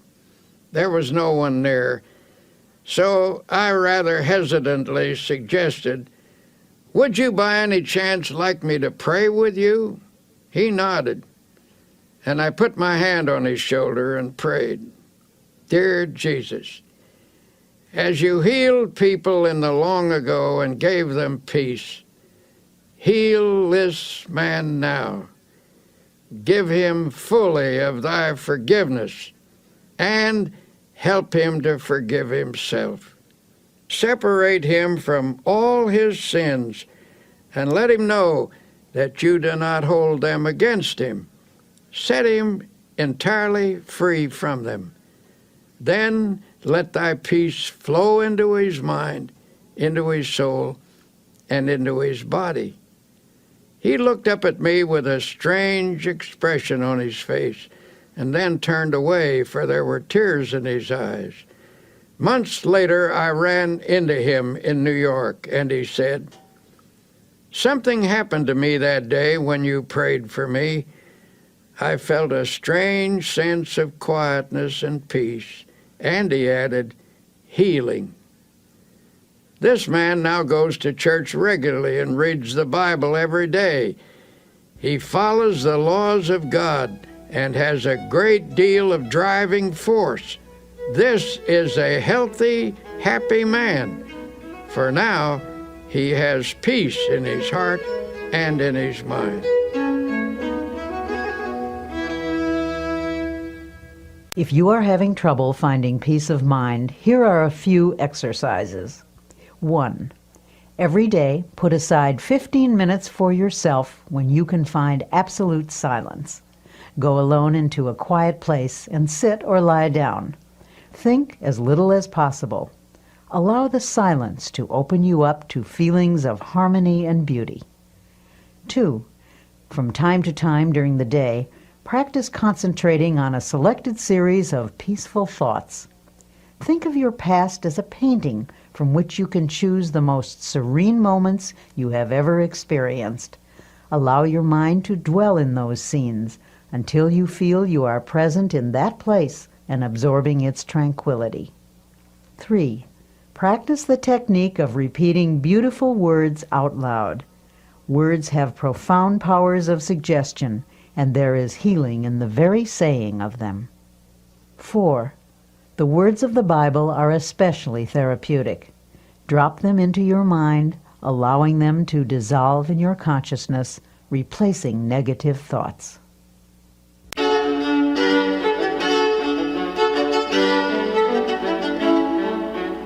When your daily pace is a frantic one, it's more important than ever to remember that peace of mind is essential to efficiency, no matter what you do. Dr. Peel's prescription for accomplishing more in your life is to relax for easy power through the healing properties of calmness and quiet. Do you ever fume and fret? Here is a picture of yourself if you do. The word fume means to boil up, to blow off, to be agitated. It conjures up images of someone who is seething and distraught.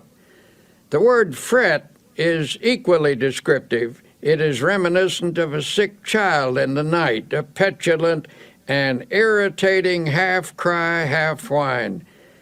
To fret is a term usually used when talking about children, but unfortunately it frequently describes the emotional reaction of many adults. The Bible advises us to fret not thyself. This is sound advice for people of our time. If we are to have power to live effectively, we just need to stop fuming and fretting and find instead real peace of mind. But how do you go about doing that? The first step is to reduce your pace, or at least the tempo of your pace. We don't usually realize how fast we're driving ourselves. Many people destroy their bodies by this pace, but even worse, they tear their minds and souls to shreds as well. The pace at which we live is determined by our thinking habits. It's possible for someone to live a quiet, physical existence and yet maintain a fast tempo emotionally. When the mind goes rushing on pell-mell from one feverish attitude to another, it becomes feverish too. This overstimulation produces fatigue, frustration, and emotional illness. And if this effect is so physically and emotionally pronounced, imagine what it does to that deep inner essence of the personality known as the soul. It is impossible to have peace of soul if one's tempo is so feverishly accelerated. God simply won't go that fast. He will not endeavor to keep up with you. He says, in effect, go ahead if you must with this foolish pace, and when you are worn out, I will offer you my healing. But I can make your life rich if only you will slow down and live and move and have your being in me. You see, God moves imperturbably, slowly, and with perfect organization. The only wise rate at which to live is at God's rate. God gets things done, and they are done right, and he does them without hurrying. He neither fumes nor frets. He is peaceful and therefore very efficient. This same peace is offered to us. Peace I leave with you. My peace I give unto you. Sometimes I wonder if this generation isn't so accustomed to tension and noise that many aren't comfortable without it. The deep quietness of woods and valleys, so well known to our forefathers, is almost an alien state to them. It seems that the tempo of their lives doesn't allow them to draw upon the marvelous sources of peace and quietness that the physical world offers. One summer afternoon, my wife and I went for a long walk in the woods. We were stopping at a beautiful lake mountain house, which is set in one of the finest natural parks in this country, 7,500 acres of virgin mountainside, in the middle of which is a lake that is set like a gem in the forest. Here you come out of the deep woods onto some noble promontory and rest your eyes on great valleys set among hills, rock-ribbed and ancient as the sun. These woods, mountains, and valleys constitute what ought to be a sure retreat from every confusion in this world. On this afternoon as we walked, there was a mixture of summer showers and sunlit hours. We were drenched and started to fret about it a bit because it took the press out of our clothes. Then we told each other that it doesn't hurt a human being to get drenched with clean rainwater, that the rain feels cool and fresh on one's face, and that you can always sit in the sun and dry yourself out. So we walked under the trees and talked, and then fell silent.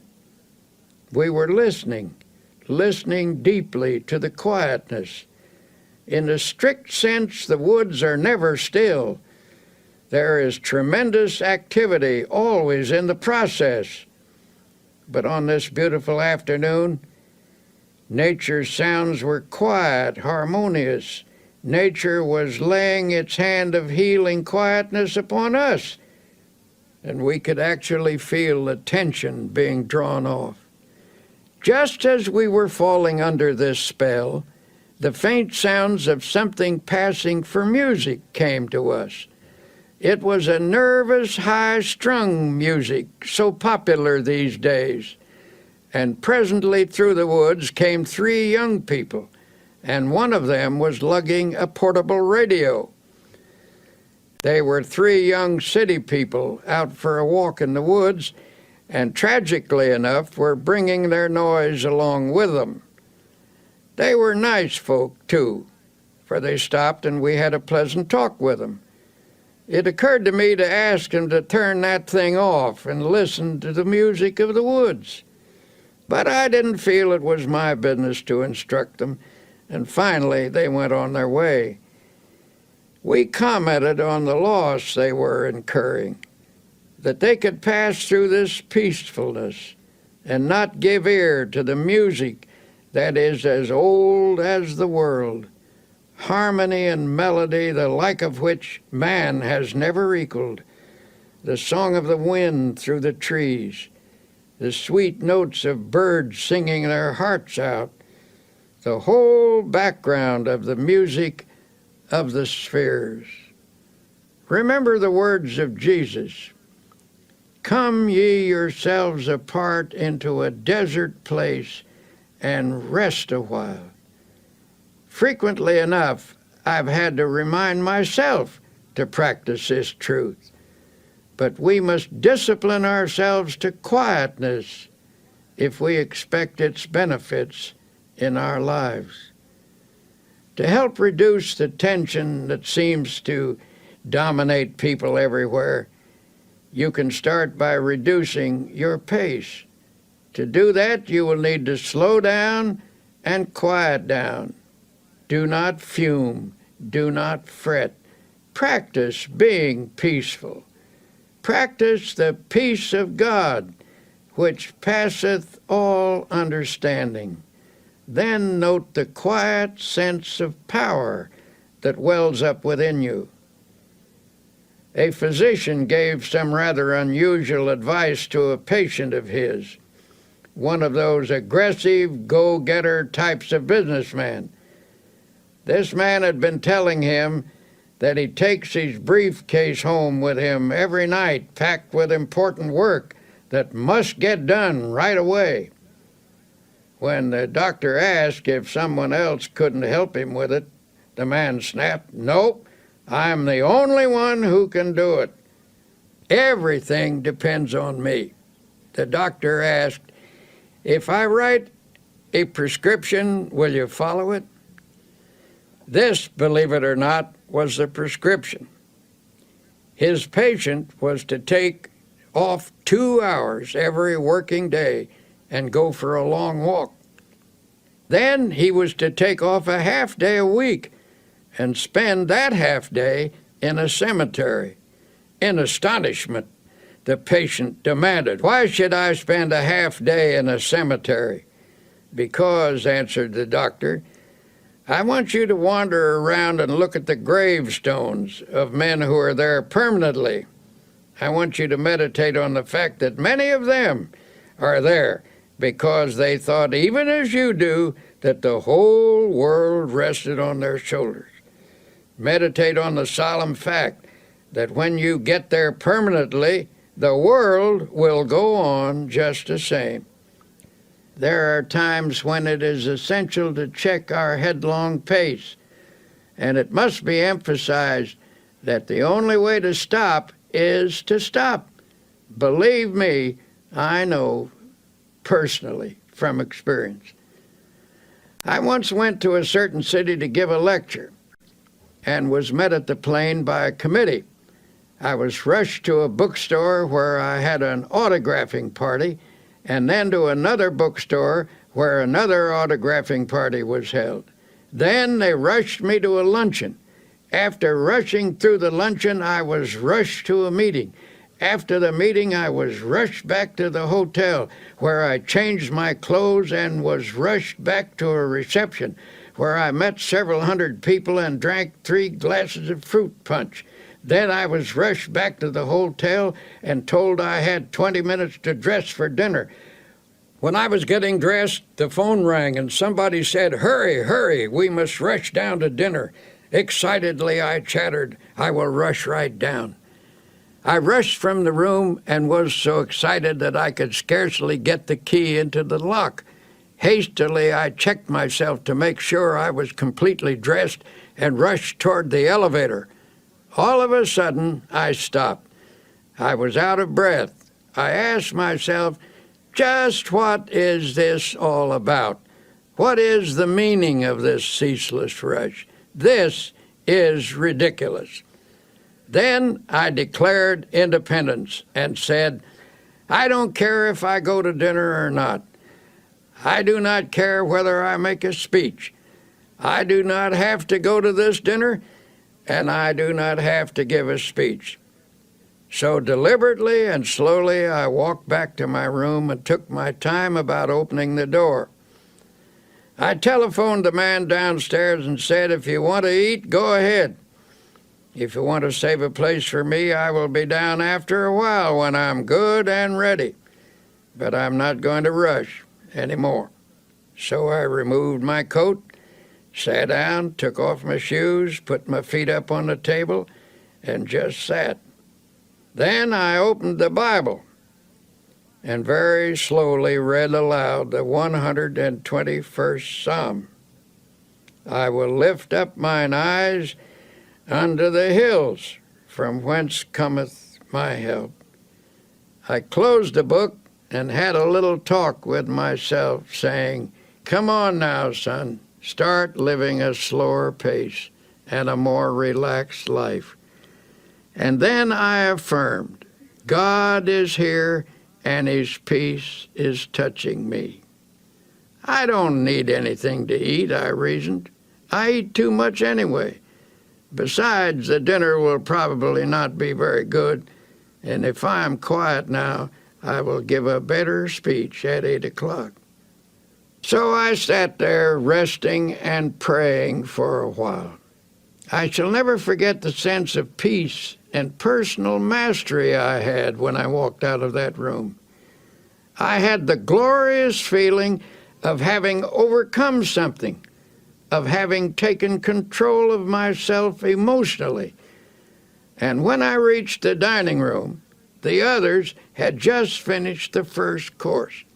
All I missed was the soup, which by general consent was no great loss.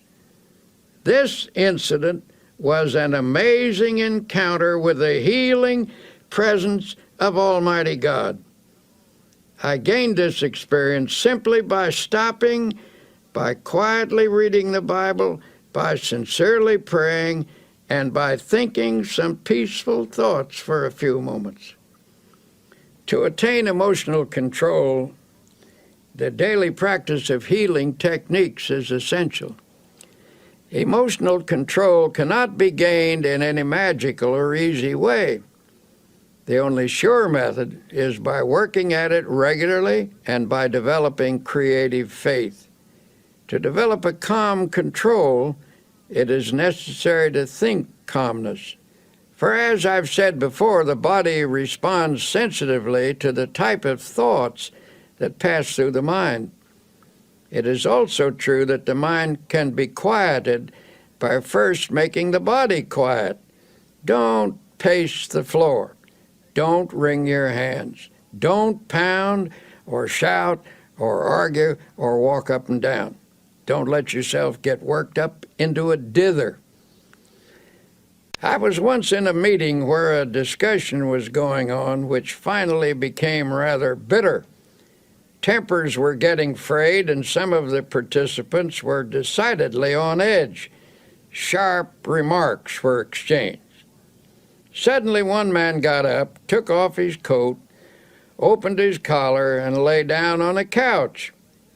Everyone was astonished, and someone asked if he felt ill. No, he said, I feel fine, but I'm beginning to get mad. And I have learned that it is difficult to get mad lying down. We all laughed and the tension was broken. So I urge you to slow down. For whatever you really want will be there when you arrive if you work toward it without stress, without pressing. If proceeding under God's guidance and in his smooth and unhurried tempo it is not there, then it was not supposed to be there. If you miss it, perhaps you should have missed it. Try to develop a normal, natural, God-ordered pace. Practice and preserve mental quiet Learn the art of letting go of all nervous excitement. To do this, stop at intervals and affirm, I now relinquish nervous excitement. It is flowing from me now. I am at peace.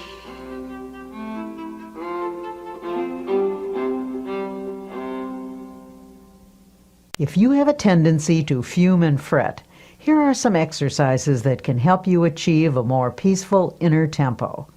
1. Sit relaxed in a chair. Yield yourself completely to the chair. Starting with your toes and proceeding to the top of your head, conceive of every part of your body as relaxing. Affirm this relaxed state by saying, my toes are relaxed, my fingers are relaxed, my facial muscles are relaxed, and so on. 2. Think of your mind as the surface of a lake in a storm, tossed by waves and whipped by the wind. Then imagine the waves subside and the surface placid and smooth. 3. Spend 2 or 3 minutes thinking of the most beautiful and peaceful scenes you have ever beheld.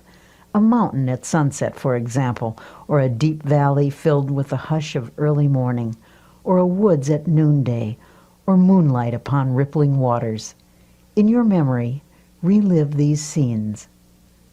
4. Make a mental list of times in your life when you've been conscious of God's watchful care. Recall how He brought things out right and took care of you when you were worried and anxious. Then recite aloud this line from an old hymn. So long thy power hath kept me, sure it still will lead me on. 5. Repeat the following quotation, which has a great power to relax and quiet the mind. Thou wilt keep him in perfect peace, whose mind is stayed on thee. Repeat this aloud if possible, so that by the end of the day you will have said it many times. Conceive of these words as active, vital substances that permeate your mind and send a healing balm to every area of your heart and mind.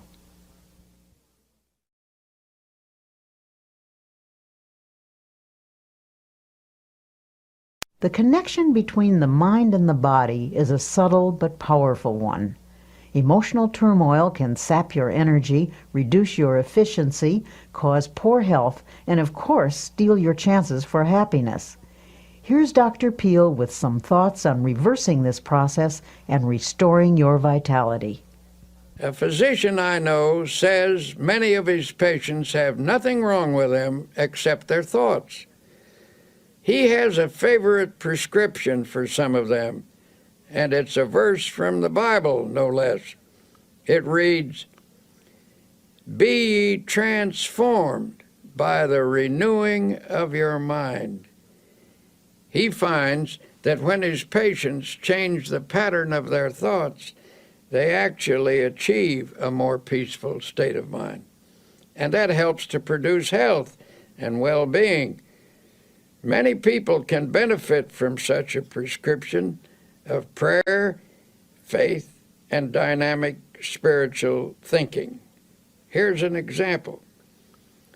The sales manager of a large company had experienced a serious decline in both ability and energy. He had once been a man of outstanding efficiency and power, but in the last year or so, he'd lost his creative skill and sales were slipping badly. 2 vacations brought no improvement. This man's physician recommended to the company president that his patient come to our religio-psychiatric clinic for an interview. When he arrived, he was rather indignant at being sent to a church. This is a pretty pass, he fumed, when they send a businessman to a preacher. I suppose you're going to pray with me and read the Bible, he said irritably. Well, I wouldn't be surprised, I answered, for sometimes our trouble lies in an area where prayer and the therapy of the Bible can have an important effect. He proved most sullen and uncooperative until I was finally forced to say to him, Listen, I want to tell you bluntly that you'd better cooperate with us or you're going to be fired." "Who told you that?" he demanded. "Your boss," I replied. "In fact, he says that unless we can straighten you out, as much as he regrets it, you're through." You never saw such a stunned expression on anybody's face. "What do you think I ought to do?" he finally stammered. "A person often gets himself into the state you're in," I replied, "because the mind is filled with fear, anxiety, tension, resentment, guilt, or a combination of all of these. When these ingredients accumulate to a certain weight, the personality cannot support them any longer and gives way. Normal sources of emotional, spiritual, and intellectual power become clogged up. The person becomes bogged down by resentment, fear, or guilt. I don't know your trouble, but I suggest you think of me as a sympathetic friend with whom you can be absolutely open, and that you begin to tell me all about yourself. I emphasize the importance of concealing nothing and of emptying whatever fears, resentments, or guilt feelings might be in his mind." It was rather difficult to get him to talk, for he was essentially a decent person and had a strong sense of shame. In due course, the troubles came out. He'd committed a series of sins, and these involved him in a complicated maze of lies. He was living in fear of exposure, and all in all, it was a most pathetic mass of inner confusion. I shall never forget the way he reacted when it was all over. Standing on his feet, he began to stretch. He stood on tiptoes, reaching his fingers toward the ceiling, and then took a deep breath.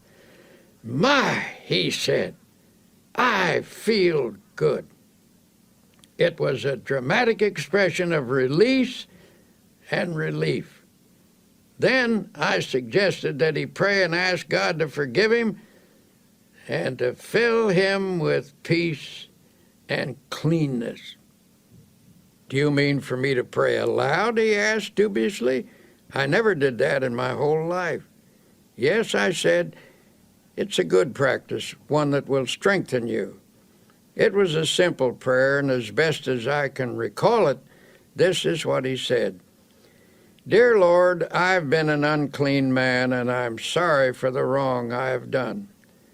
I've poured it all out to my friend here. I now ask you to forgive me and to fill me with peace.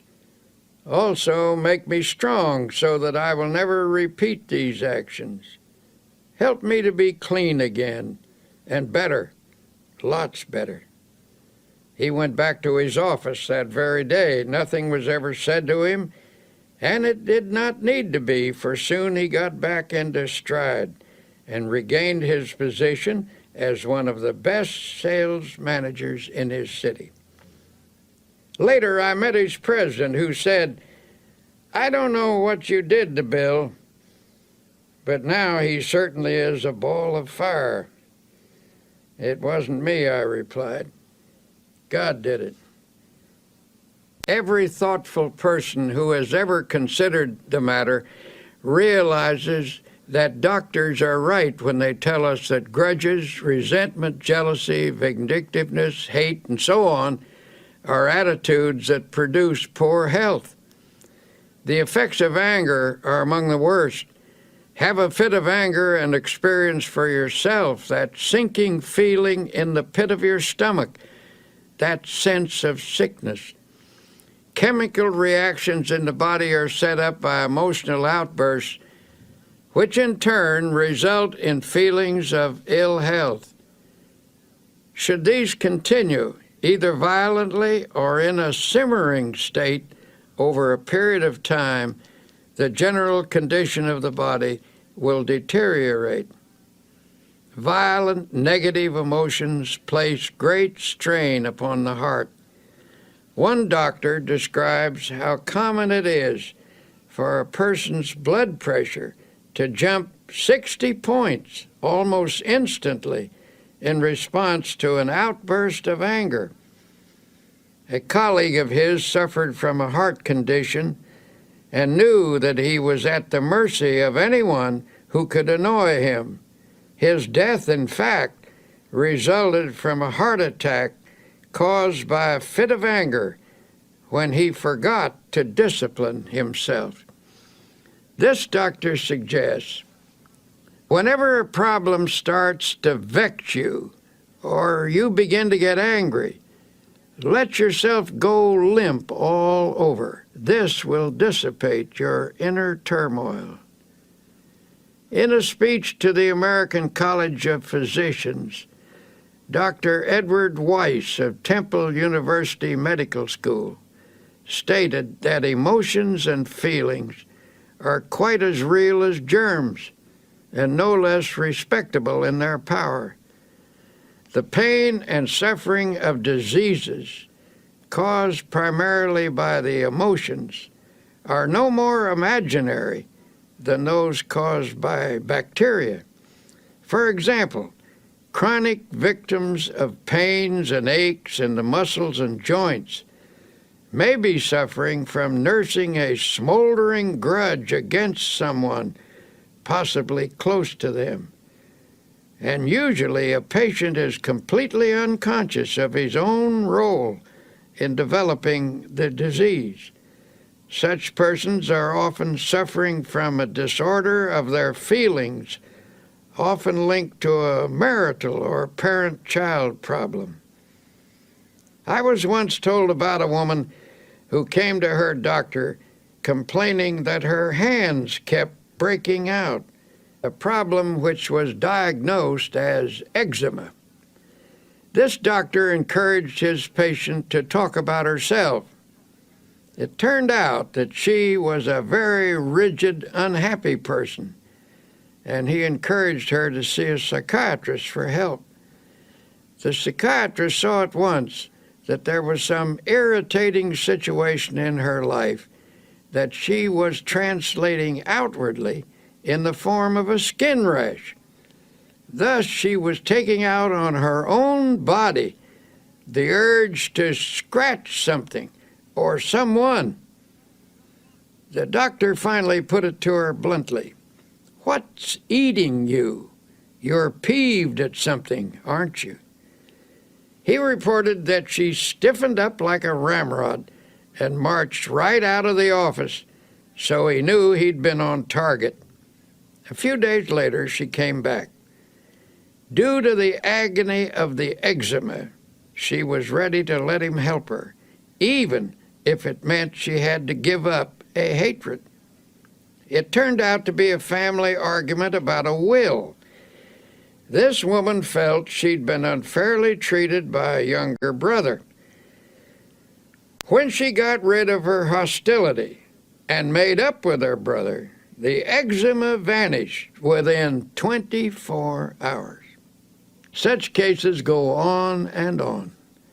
When people allow their emotions to get the better of them, their body responds by breaking down in small or sometimes in large and grave ways. How we think we feel physically has a definite effect on how we do feel. If your mind tells you you're tired or ill, the nerves and the muscles accept that as a fact. On the other hand, if you convince yourself that you feel refreshed and healthy, energy and well-being can also be generated.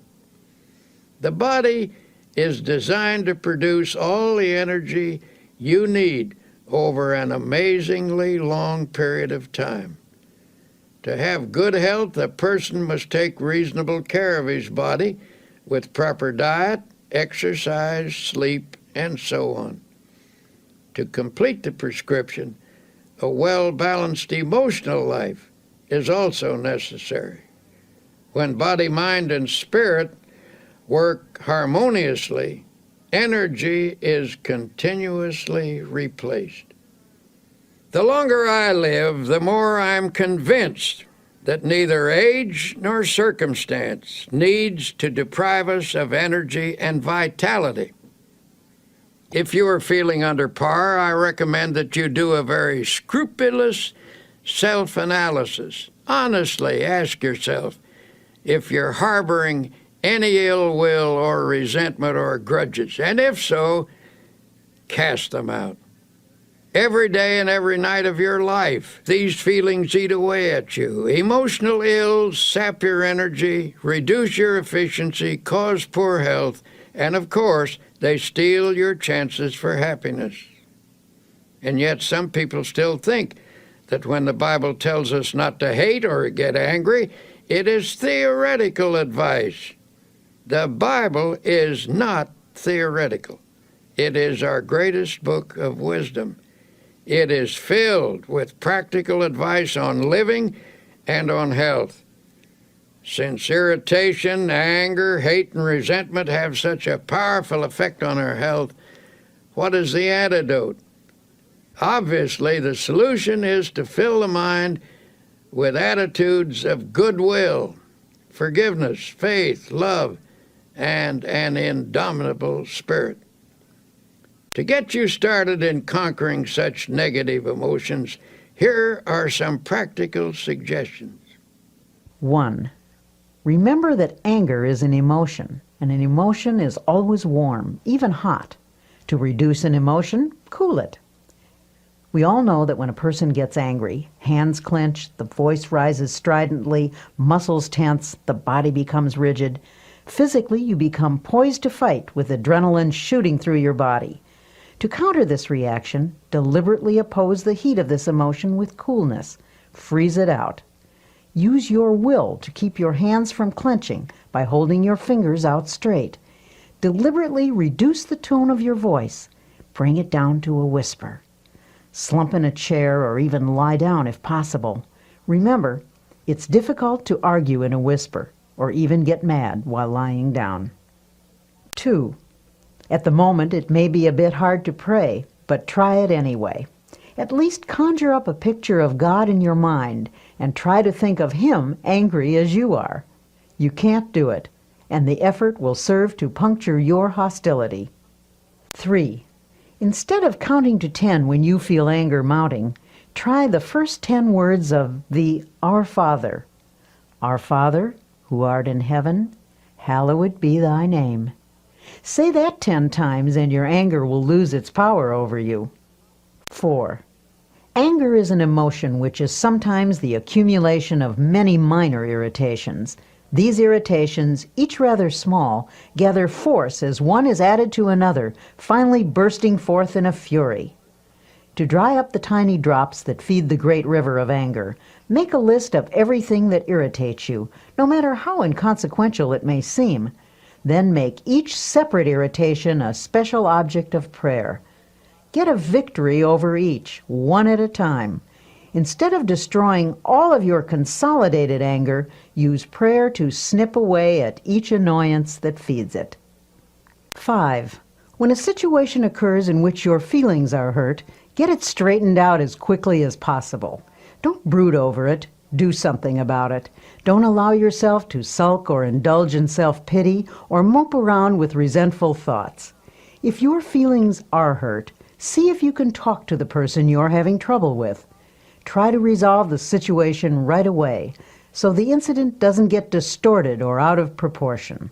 Put some spiritual iodine on the hurt by saying a prayer of love and forgiveness. 6. Allow the grievance to drain out of your mind.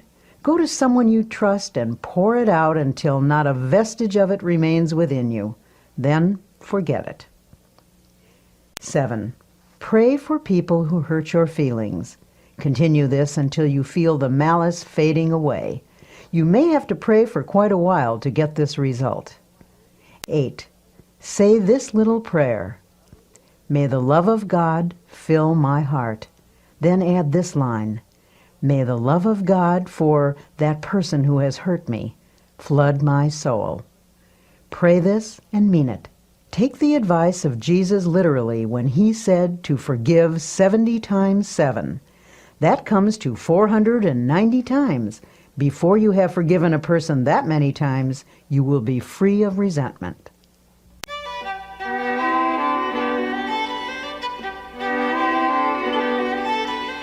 Worry can have a devastating effect on your physical and emotional health. It stifles the flow of creative power and cripples the ability to act with confidence and clarity. But there is a remedy for overcoming fear. Here is Dr. Peel. Reduced to its simplest form, what is worry?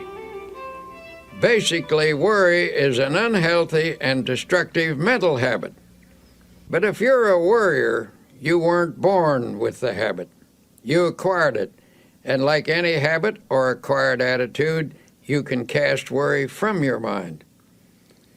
A famous psychiatrist asserts that anxiety is the great modern plague. Professionals tell us that fear is the most disintegrating enemy of the human personality, that worry is the most subtle and destructive of all human diseases, that thousands of people are ill because of dammed-up anxiety. Because these sufferers are unable to expel their anxieties, they've turned their problems inward, causing many forms of ill health. The destructive quality of worry is indicated by the word itself, which is derived from an old Anglo-Saxon word meaning to choke. If someone were to put his fingers around your throat and press hard, cutting off the flow of air and blood, it would be a dramatic demonstration of what you do to yourself by long-held and habitual worry.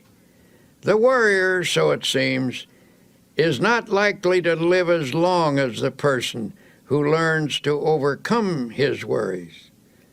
A study of some 450 people who lived to be 100 years of age found that the following reasons contributed to their long and contented lives. 1, they kept busy. 2, they used moderation in all things.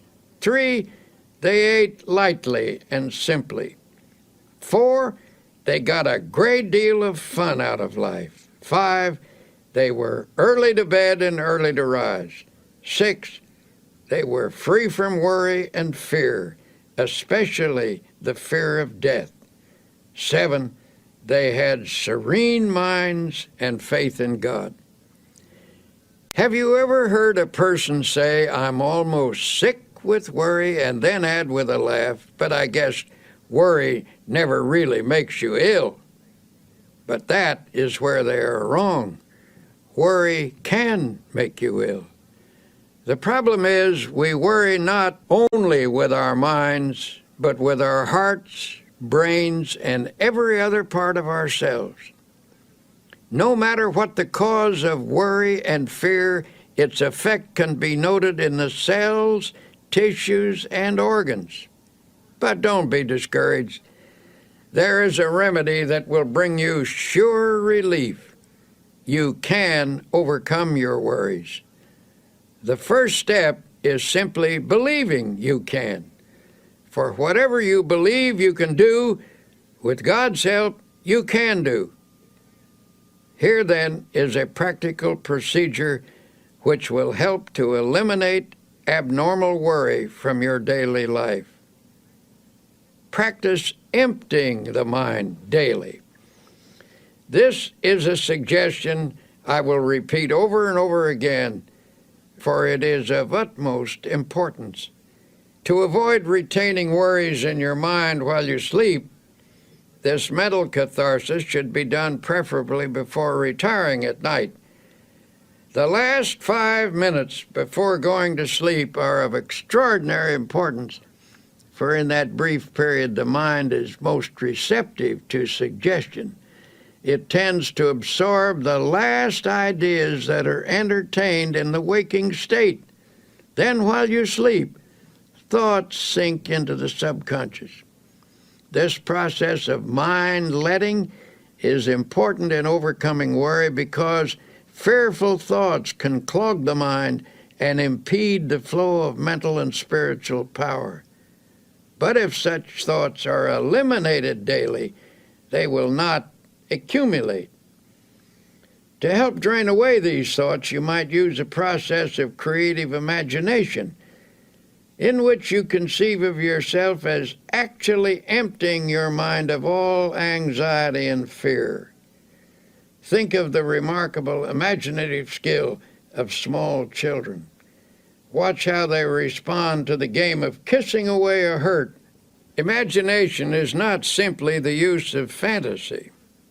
The word imagination comes from the idea of imaging, that is, creating images in our mind. Imagineering is the use of mental images to build factual results, and it is an astonishingly effective procedure. What you create with your imagination, whether it is an image of fear or of release from fear, may ultimately become a fact if it is held in your mind with sufficient faith. Here's one method you might use. Picture all your worry thoughts flowing out from you in the same way that water flows from a basin by removing the stopper. During this visualization, repeat the following affirmation. With God's help, I am now emptying my mind of all anxiety, all fear, all sense of insecurity. Repeat this slowly 5 times. Then add, I believe that my mind is now emptied of all anxiety, all fear, all sense of insecurity. Repeat the statement 5 times while holding a mental picture of your mind as being emptied. Then thank God for thus freeing you from fear, and then go to sleep. When you're beginning the curative process, use this method mid-morning and mid-afternoon as well as bedtime. Go into some quiet place for 5 minutes for this purpose. Do this faithfully, and you will soon know its beneficial results. In due course, this thinking will drive out worry. I cannot emphasize enough the importance of freeing your mind from worry and fear. Fear something over a long period of time, and there is a real possibility that you may actually help bring it to pass. The Bible contains a line which is one of the most terrible statements ever made, terrible in its truth. It's this, for the thing which I greatly feared is come upon me. Of course it will. For if you fear something continuously, you tend to create conditions in your mind that encourage its development. Faith is the one power against which fear cannot stand. Master faith, and you will automatically master fear. As the Bible also suggests, that which I have greatly believed has come upon me. In many different ways, the Bible tells us that if we have faith, nothing is impossible. So if you shift your mind from fear to faith, you will stop creating the object of your fear and will instead create the object of your faith. In the campaign against the worry habit, here's a useful strategy. The vast tree of worry which has grown up in your personality over long years can best be handled by making it as small as possible.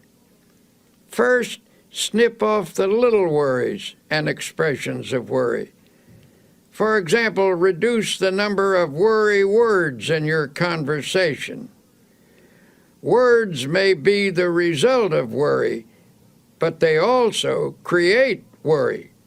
When a worry thought comes to mind, immediately remove it with a faith expression.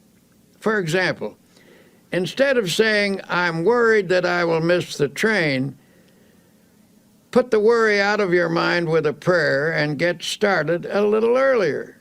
The less worrying you do, the more likely you are to be well organized, for the uncluttered mind is systematic and better able to regulate time. A friend of mine says that every morning before he gets up, he repeats the words, "I believe," 3 times. Thus, at the day's beginning, he conditions his mind to faith, and it never leaves him. His mind accepts the conviction that by faith he is going to overcome his problems and difficulties during the day. He starts the day with creative, positive thinking in his mind. He believes, and it is very hard to hold back the person who believes.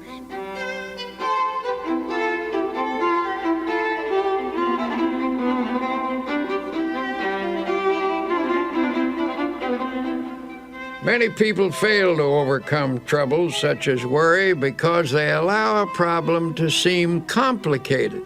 It can be very useful to attack the problem with some simple technique, something that dramatizes your war against worry. One of the best techniques I've seen was developed by a man who was once a tremendous worrier.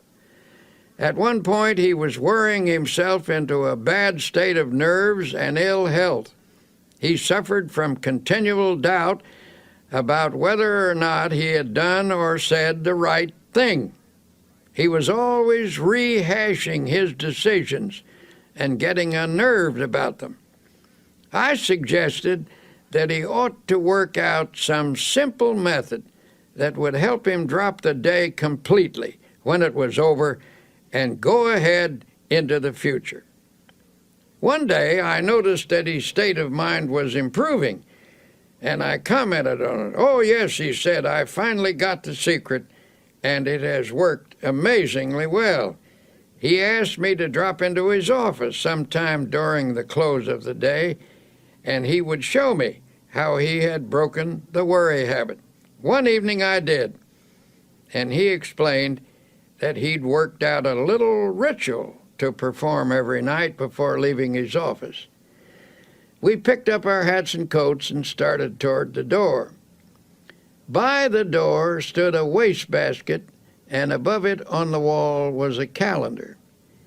You could see only one date at a time, and that date was in large print.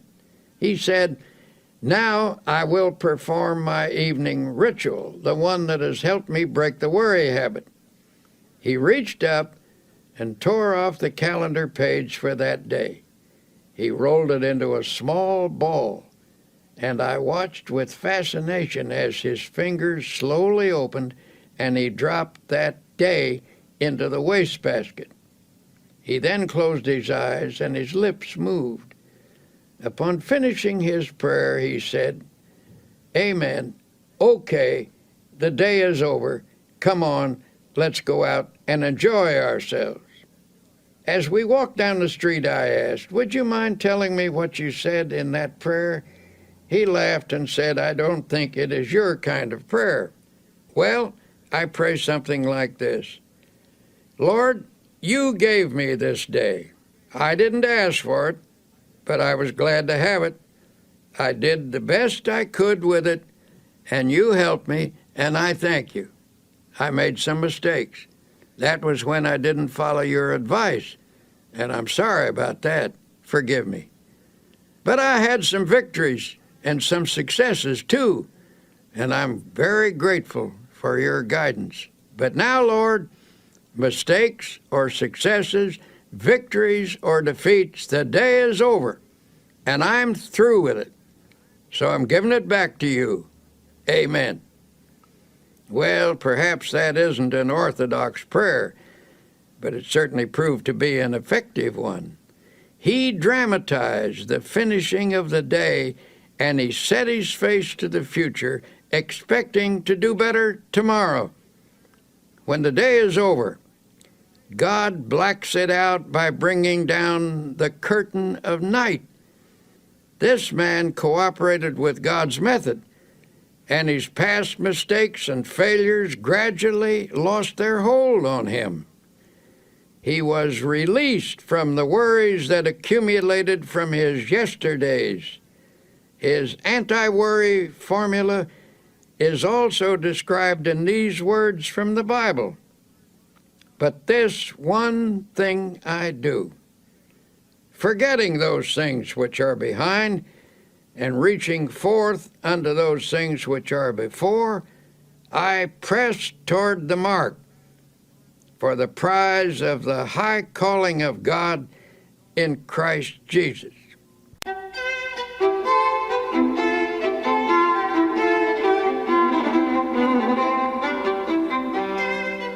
To help you break the worry habit, here are some practical suggestions you can start using right away. 1. Say to yourself, worry is a very bad mental habit. I can change any habit with God's help. 2. You can become free of worry by practicing the opposite and stronger habit of faith. With all the strength and perseverance you can command, start practicing faith. 3. How do you practice faith? Here's a good way to begin. First thing every morning before you rise, say out loud, I believe. 4. Recite this prayer frequently. I place this day, my life, my loved ones, my work in the Lord's hands. There is no harm in the Lord's hands, only good. Whatever happens, whatever results, if I am in the Lord's hands, it is His will, and it is good. 5. Practice saying something positive about everything.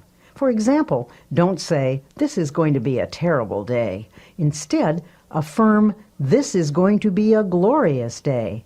Don't say, I'll never be able to do that. Instead, affirm with God's help, I will do that. 6. Shoot an injection of faith into all your conversations. A group of people talking pessimistically can infect every person in the group with negative feelings. But by talking up rather than down, you can drive off that depressing atmosphere and make everyone feel hopeful. 7. One reason you're a worrier is because your mind is literally saturated with thoughts of gloom, defeat, and apprehension. To counteract these, mark every passage in the Bible that speaks of faith, hope, and happiness. Commit each to memory. Say them over and over again until they saturate your subconscious mind. Then the subconscious will return to you what you have given it, namely optimism, not worry. 8. Help others cure the worry habit. In helping another to overcome worry, you get greater power over it within yourself. 9. Every day of your life, conceive of yourself as living in partnership and companionship with God. If He actually walked by your side, would you be worried and afraid? Well then, say to yourself, He is with me.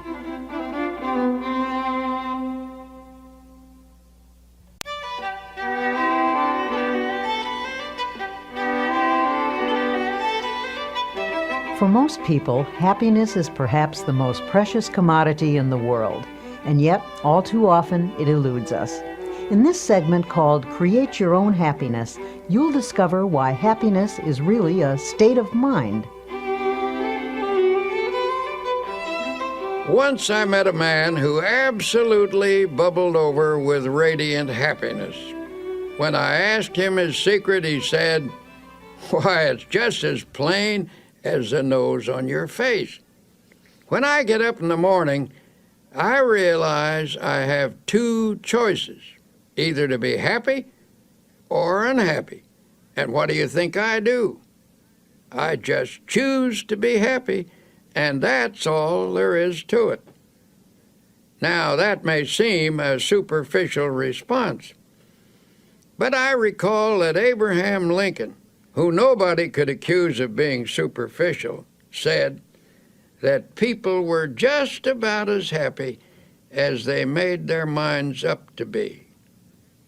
Perhaps the easiest thing in the world to find is a way of being unhappy. Just choose unhappiness. Go around telling yourself that things aren't going well, that nothing is satisfactory, and you can be quite sure of being unhappy. But say to yourself, things are going nicely, life is good, I choose happiness, and you can be quite sure of having your choice. Children are much more adept at finding happiness than most adults. The adult who can carry the spirit of a child into middle and old age is a kind of genius, for he will preserve the truly happy spirit with which God endows the young. The subtlety of Jesus Christ is remarkable, for he tells us that the way to live in this world is to have a childlike heart and mind. In other words, never get old or dull or jaded in spirit. Don't become super sophisticated.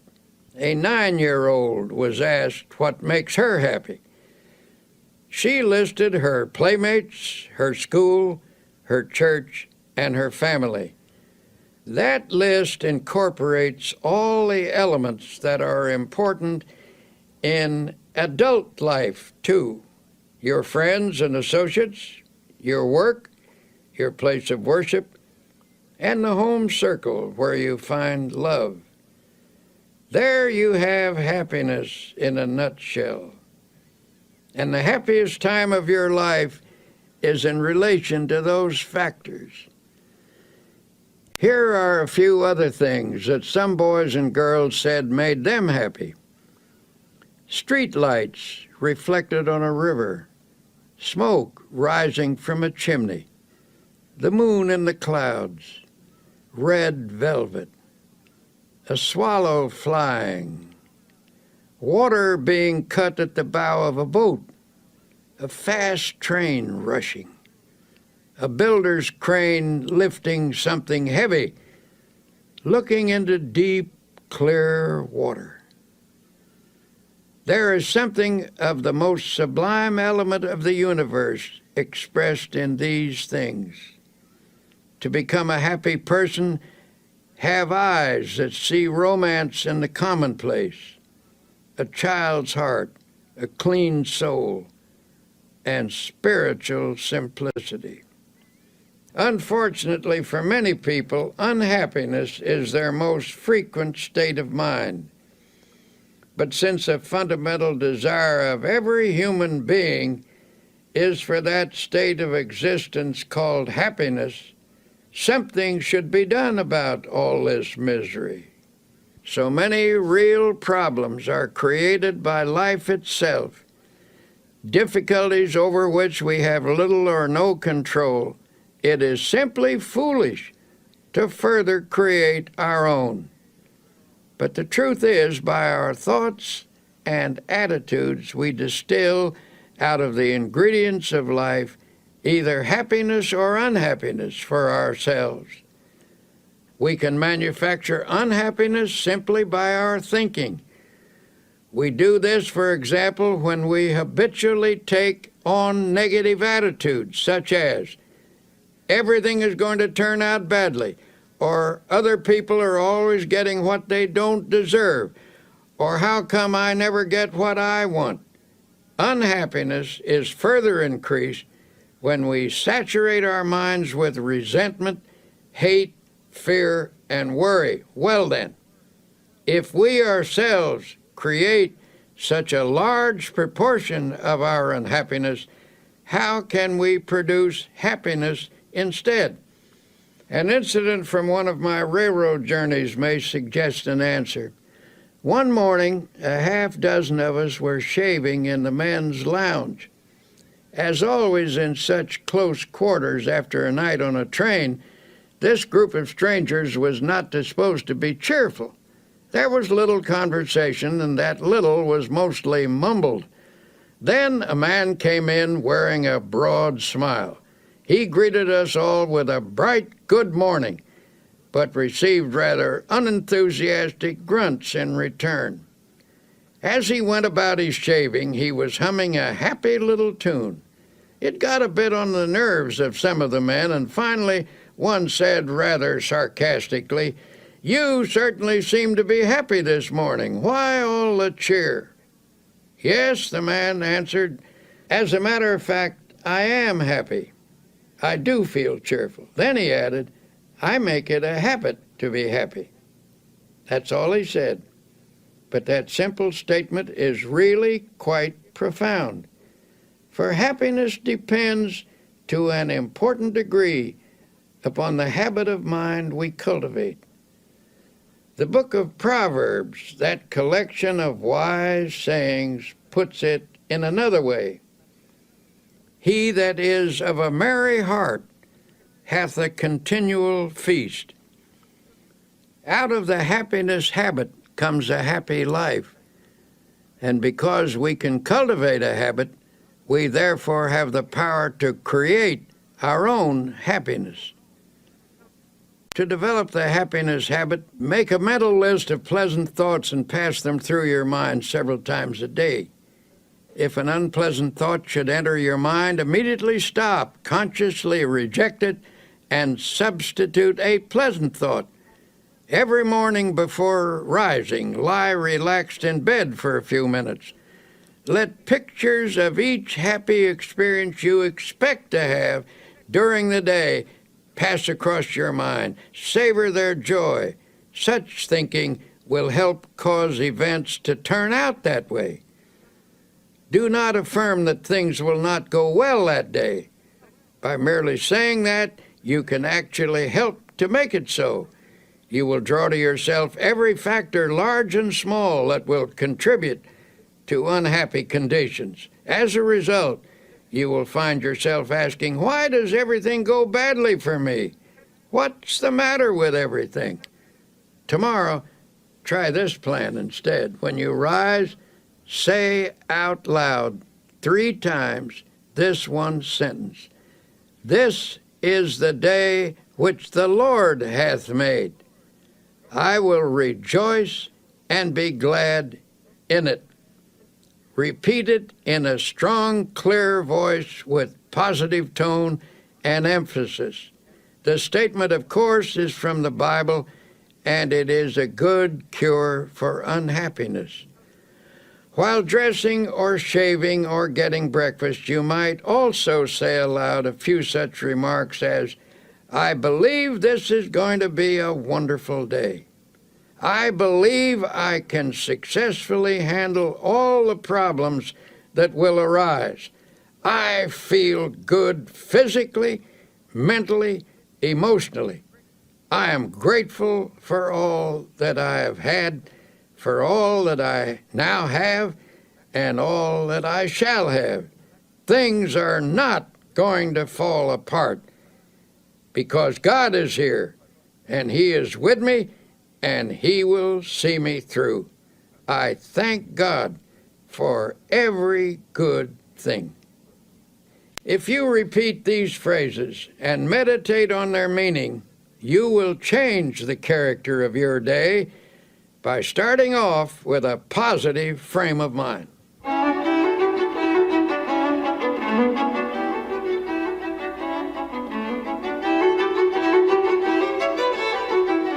And yet it is not enough to practice even such important techniques as these unless throughout the day you also base your actions upon fundamental principles of happy living.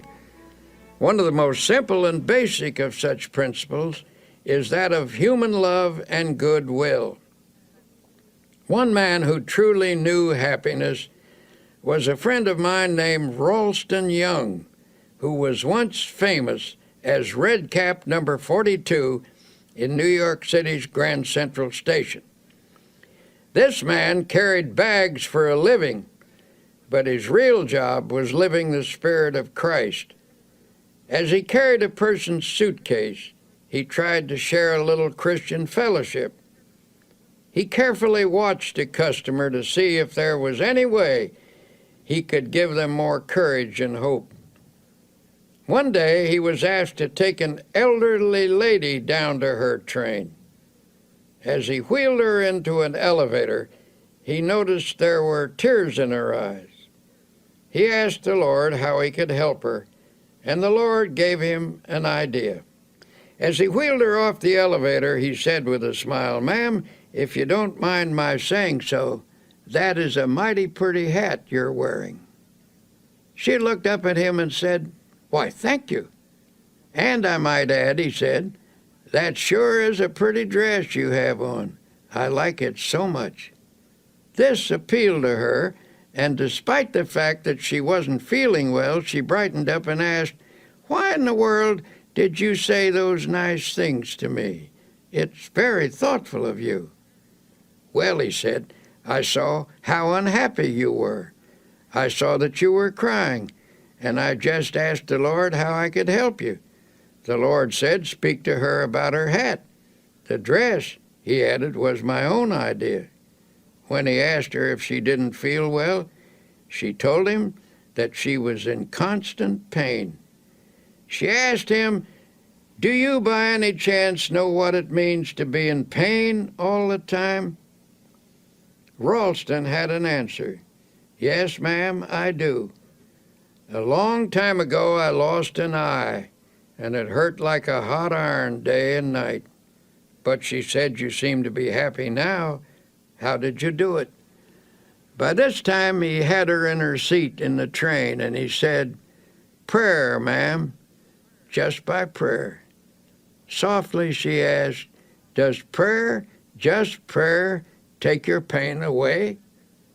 "Well," answered Ralston, "perhaps it doesn't always take it away. I can't say that it does, but it always helps to overcome it so it doesn't seem like it hurts so much. Just keep on praying, ma'am, and I'll pray for you too." Her tears were dried now, and she looked up at him with a smile, took him by the hand, and said, "You've done me so much good." A year passed, and one night at the station a young woman came to see Ralston. She said, "I bring you a message from the dead. Before she died, my mother told me to find you and to tell you how much you helped her last year when you took her to the train in her wheelchair. She will always remember you, even in eternity, for you were so kind and loving and understanding." Then the young woman burst into tears and sobbed in her grief. Ralston stood quietly watching her. Then he said, "Don't cry, Missy. Don't cry. You shouldn't cry. Give a prayer of thanksgiving instead." She was surprised by this response, and Ralston went on, "Why, because many people have become orphans much younger than you. You had your mother a long, long time, and besides, you still have her. You will see her again. She is near to you now, and she always will be near to you. Maybe she is with us right now, the two of us, as we talk." The sobs ended, and the tears dried. Ralston's kindness had the same effect on the daughter as it had on the mother. In this huge station with thousands of people passing by, the two of them felt the presence of the Divine One, he who inspired this red cap to go around in this way, spreading love. As Tolstoy said, "Where love is, God is." And we might add, where God and love are, there is happiness. So a fundamental principle in creating happiness is just to practice love. In my travels about the country, I have been fortunate to encounter an increasing number of genuinely happy individuals. These are people who have been practicing the kinds of techniques I am describing to you. Recently, after finishing a lecture, a big, strapping, fine-looking man invited me to a party.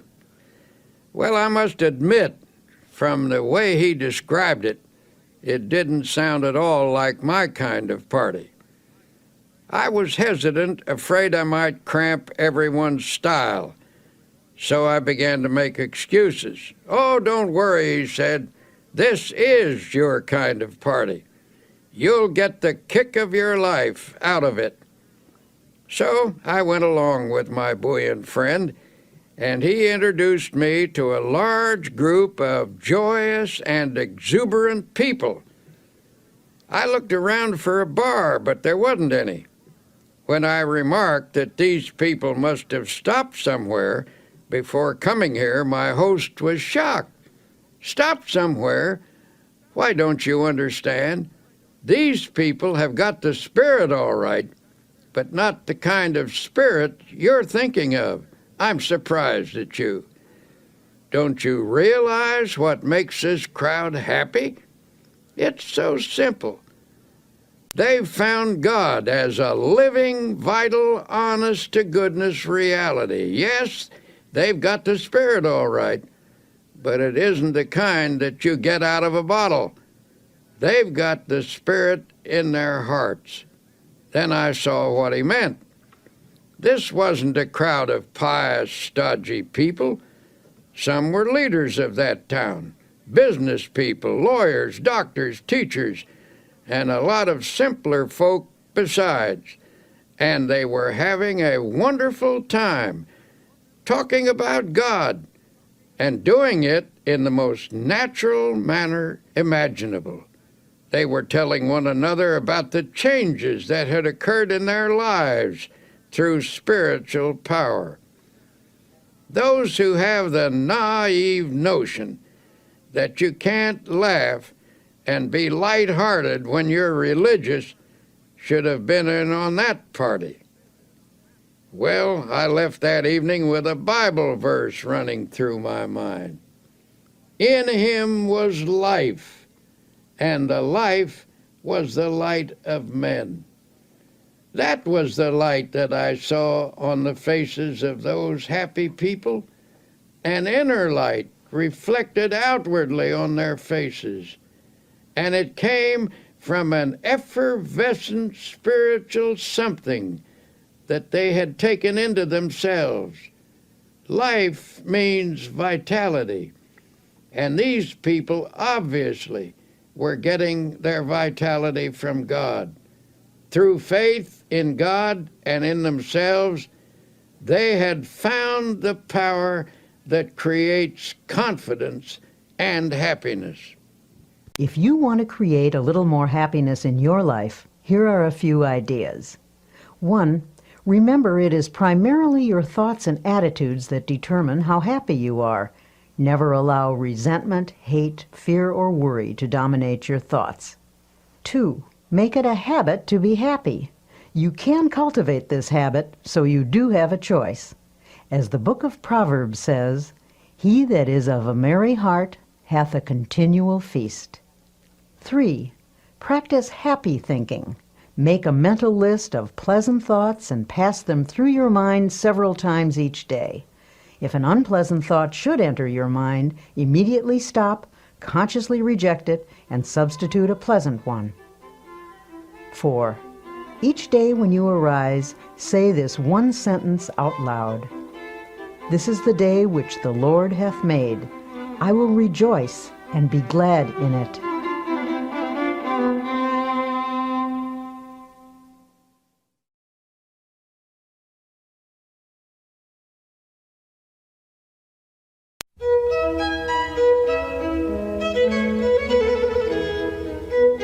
We might as well admit it, everyone wants to be liked.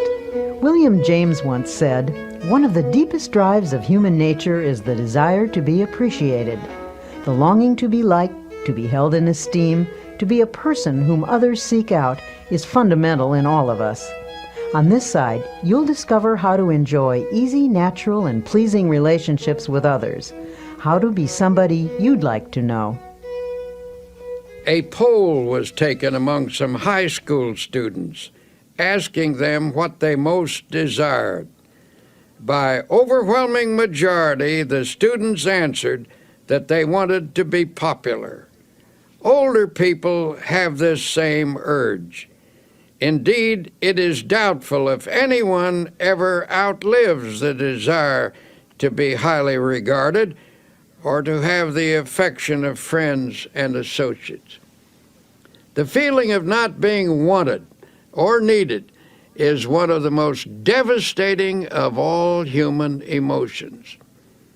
Being needed by others is absolutely necessary for emotional stability and happiness. Yet it is sad to realize how many people suffer from a sense of isolation. I was at a luncheon once when a young doctor rushed in to take his place at the table. He looked frazzled as he sat down with a weary sigh. "If only the telephone would stop ringing," he complained. "I can't get anywhere because people call me all the time. I wish I could put a silencer on that phone." An elderly doctor at the table spoke up. "I know how you feel. I used to feel that way myself. But you should be thankful the phone does ring. Be glad people want and need you." Then he added pathetically, "Nobody ever calls me anymore. I would like to hear the telephone ring again. Nobody wants me, and nobody needs me. I'm a has-been." The feeling of not being wanted or needed can produce frustration, illness, and even aging. It is not only a sad way to live, but it is damaging to the human psyche. If you're feeling useless, for your own sake, do something about it. Try getting out of yourself for a while. Stop feeling sorry for yourself and find a way instead to provide a service for someone else. Think about people who are less fortunate than you who need help. Volunteer for a worthwhile cause. Not only will you find the esteem we all need, but others will greatly benefit by what you give. It's ironic, but people who deliberately strive to be popular often fail in the attempt. Popularity sought purely for its own sake can be a superficial goal which encourages superficial results. On the other hand, we all know someone who has that extra something, a magnetism that comes from inner confidence. Without even trying, these people never seem to lack for friends. Before we begin talking about ways to improve your relationships, let me warn you that no one, no matter how terrific, is liked by everyone. It's a curious quirk in human nature, but there are certain people with whom we simply don't click. Even the Bible recognizes this fact about human nature, for it says, "If it be possible, as much as lieth in you, live peaceably with all men." The Bible is a very realistic book. It knows people, their infinite possibilities, as well as their imperfections. The Bible advised the disciples that they should do their best to get along with the people in the villages they visited. But if they still couldn't do so, after trying sincerely, they were to shake off the very dust of the village from their feet. "And whosoever will not receive you when you go out of that city, shake off the very dust from your feet for a testimony against them." This is all by way of saying that if you don't achieve perfect popularity with everyone, don't let it bother you too much. Countless people have never mastered the knack of being sought after, and it's not for lack of trying. Some people even go to extremes, acting in a manner they don't really enjoy, all because of their intense desire to be liked. Unfortunately, this desire is often merely a search for a superficial kind of popularity. Having said that, now let me tell you that there are certain procedures which can make you a person that other people like to be with, without becoming artificial or putting on an act. You can enjoy satisfactory personal relationships even if you are a difficult person or are by nature shy and retiring. Here are some suggestions. First, try to be a comfortable type of person, the kind that others can be easy with. Some people always keep a barrier between themselves and the world. It's a strain just to be with them. A stiff, unresponsive individual never quite meshes into a group. It's hard to know what they're feeling or how they're going to react. They make you feel a little uneasy. But a comfortable kind of person is easygoing and natural. They have a pleasant, kindly, genial way about them. Being with them is a bit like wearing an old hat or an old pair of shoes. It is important to try to be natural. Someone who is easy to be with usually has a big soul quality about them. Little people, those who are overly concerned about their place or position, are often stiff and easily offended. Although there are many characteristics that contribute to a likable personality, there is one basic trait that surpasses all others. That is a sincere and forthright interest in and love for people. If you're having trouble with relationships, perhaps you should look for elements in your personality that cause strain when you're with others. Don't automatically assume that other people don't like you because of something wrong with them.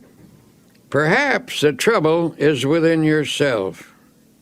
Finding and eliminating such problems requires scrupulous honesty and may also involve the help of a professional counselor. The scratchy elements of your personality may be qualities you've acquired over the years. Perhaps you assumed them as a defense, or they may be the result of attitudes developed in your younger days.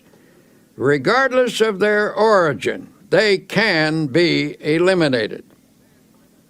A man once came to us seeking help for problems with personal relationships. He was about 35 years old, and such an appealing-looking man it seemed surprising that people shouldn't like him. Yet he proceeded to outline an unhappy set of circumstances to illustrate his dismal failure with people. "I do my best," he said. "I've tried to put into practice the rules I've been taught about getting along with people, but I get nowhere with the effort. People just don't like me."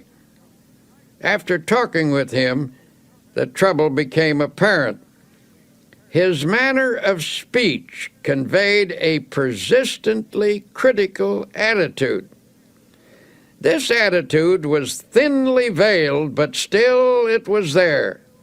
He had an unattractive way of pursing his lips, which indicated a kind of primness or reproof for everybody, as if he felt just a bit superior and disdainful.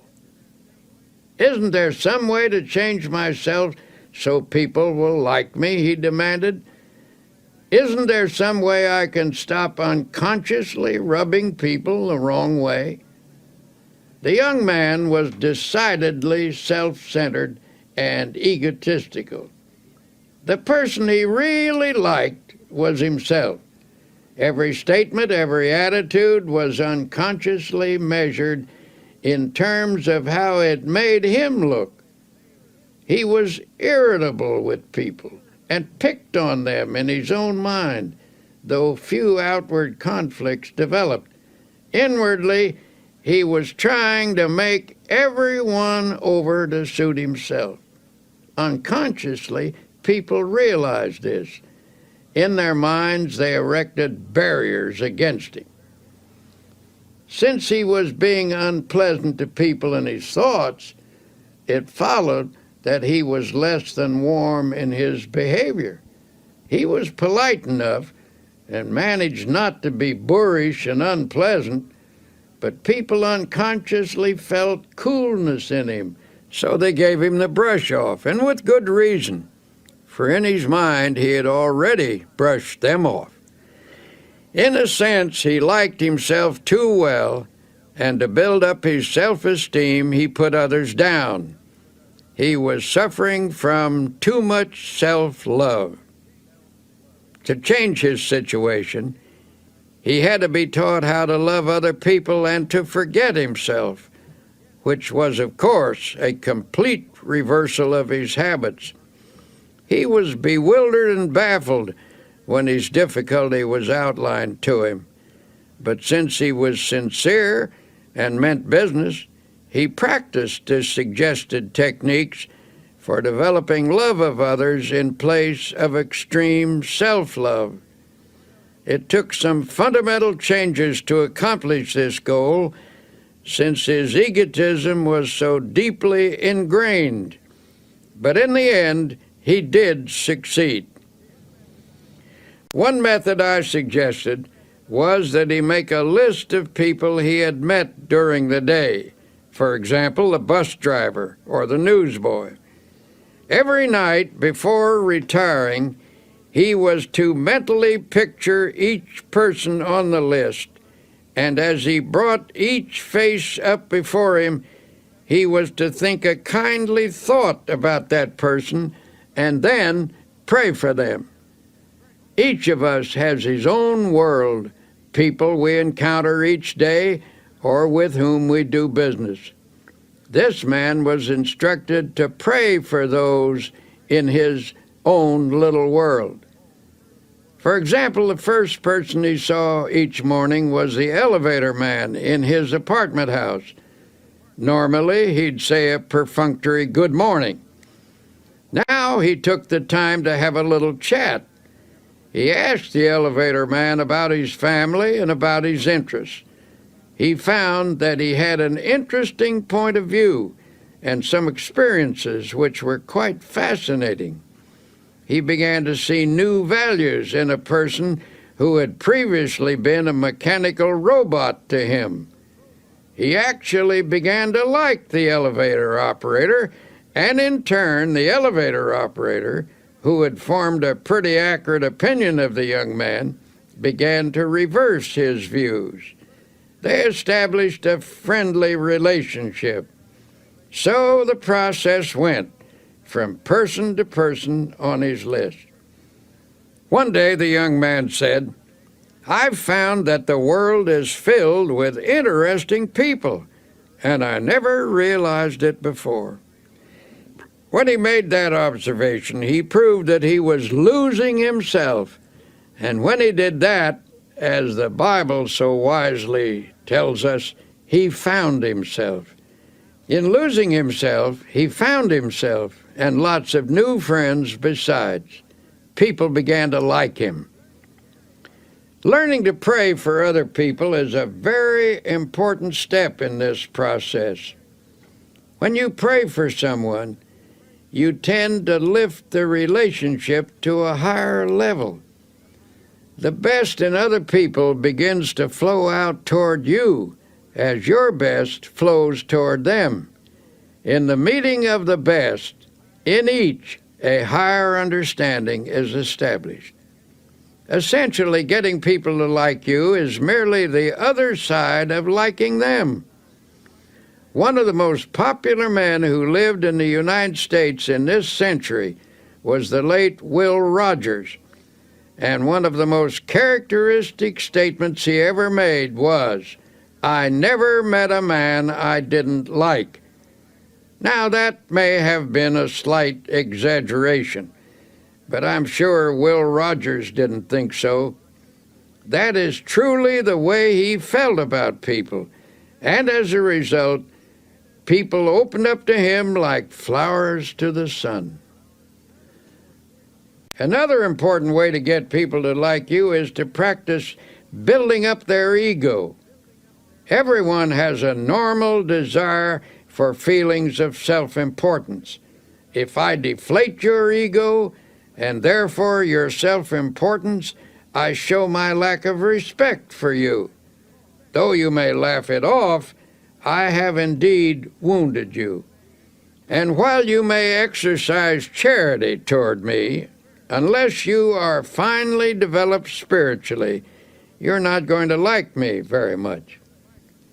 On the other hand, if I elevate your self-respect and contribute to your feelings of personal worth, I am showing high esteem for your ego. I have helped you to be your best self, and in return, you appreciate my efforts. You are grateful to me. You like me for it. Almost anyone that you help to build up and become a better person will give you his devotion.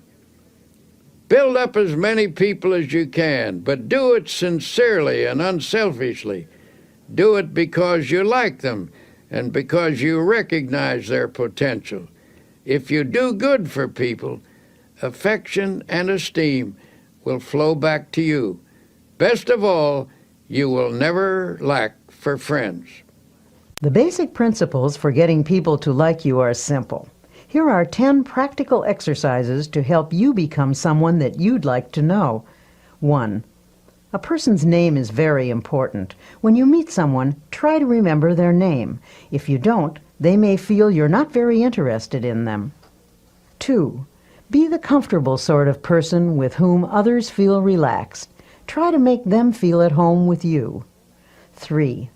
Acquire that quality of relaxed easygoingness so that everyday irritations don't ruffle you. 4. Don't be egotistical. Guard against giving the impression that you know it all. 5. Try to be an interesting person. Cultivate interests to keep your mind alive. People enjoy being with someone who is stimulating. 6.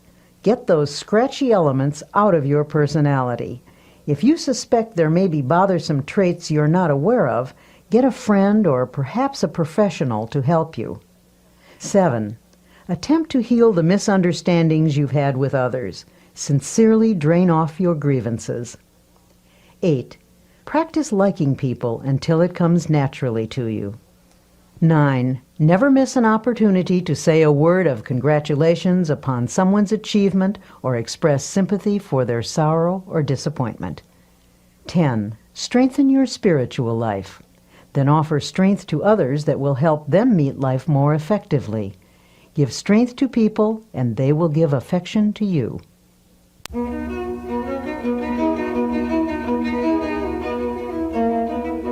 Winston Churchill once wrote about the great British General Tudor.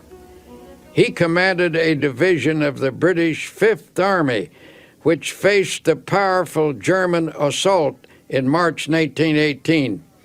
The odds were heavily against him, but General Tudor knew how to meet an apparently immovable and undefeatable obstacle. His method was simple. He merely stood and let the obstacle break on him, and he in turn broke the obstacle.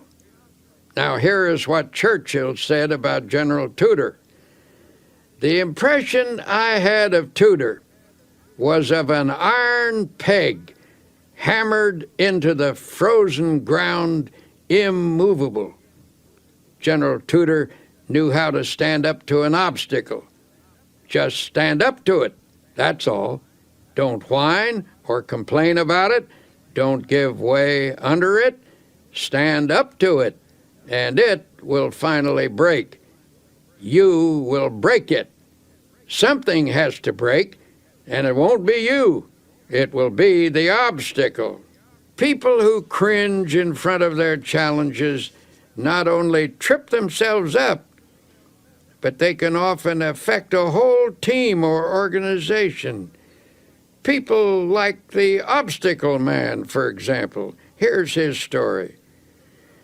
This Obstacle Man worked in a large creative organization. He received this name because no matter what suggestion was advanced, his mind instantly latched onto all the possible obstacles in connection with it. One day, the directors of his firm were considering a project which involved considerable expense and some definite hazards, as well as possibilities for success. In a discussion of the venture, the Obstacle Man would frequently say, "Just a moment. Let's consider the obstacles involved."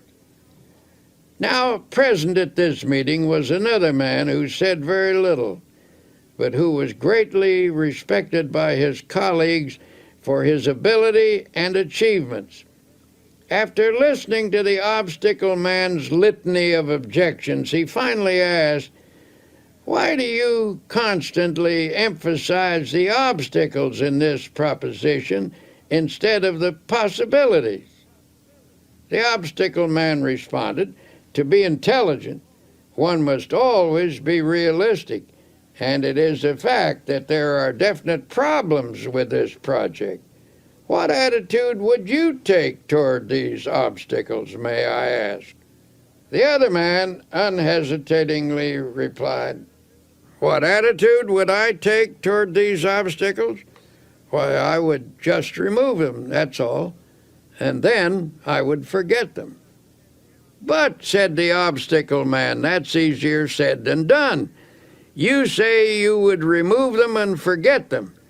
May I ask if you have any technique for doing this that the rest of us have never discovered?" A slow smile came over the face of the other man as he said, "Son, I've spent my entire life removing obstacles, and I never saw one yet that couldn't be removed, provided you had enough faith and guts and were willing to work. Since you want to know how it's done, I'll show you." He then reached into his pocket and took a card out of his wallet. He shoved the card across the table and said, "There, read that. That's my formula. And don't give me a song and dance about how it won't work either. I know better from experience." The Obstacle Man picked up the card and, with a strange look on his face, read the words to himself. "Read them out loud," urged the other man. In a slow, dubious voice he read, "I can do all things through Christ who strengthens me." The owner of the card put it back in his wallet and said, "I've lived a long time and have faced a lot of difficulties, but there is power in those words, actual power, and with it you can remove any obstacle." He said this with confidence, and everyone knew he meant it. He was, in fact, a remarkable man who had overcome many odds, and his successful track record spoke for itself.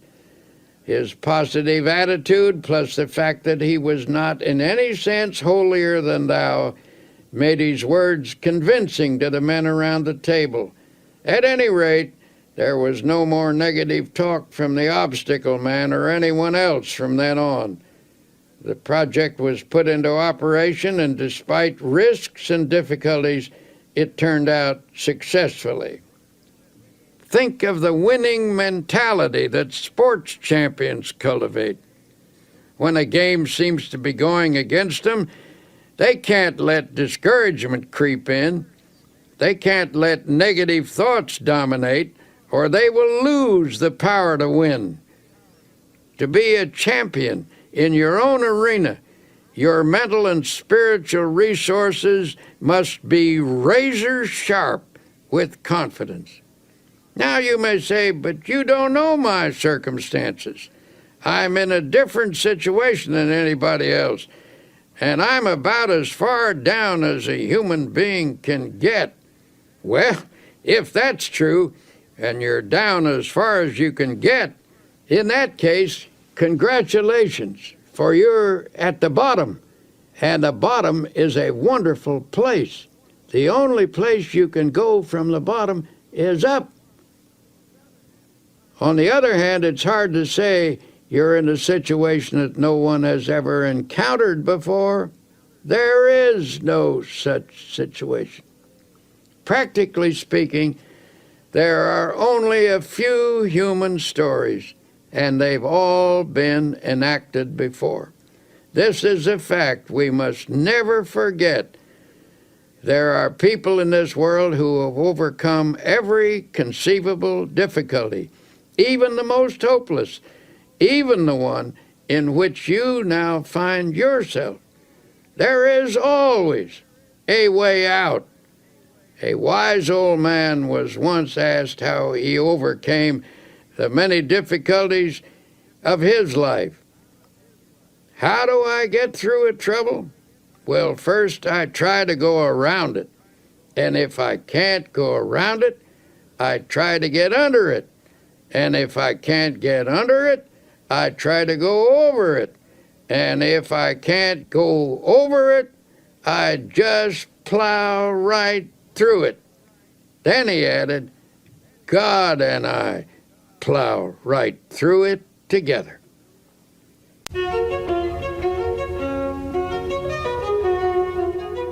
One way to help your subconscious become more positive is to eliminate certain expressions of thought and speech, which we'll call the little negatives. These little negatives clutter up the average person's conversation, and while each one is seemingly unimportant in itself, when taken together, they have a total effect of creating a negative mindset. If you analyze your own conversational habits, you may be shocked by what you find. See how often gloomy little statements creep in like, I'm afraid I'll be late, or what if I have a flat tire, or I don't think I can do that, or even, I knew it was going to rain.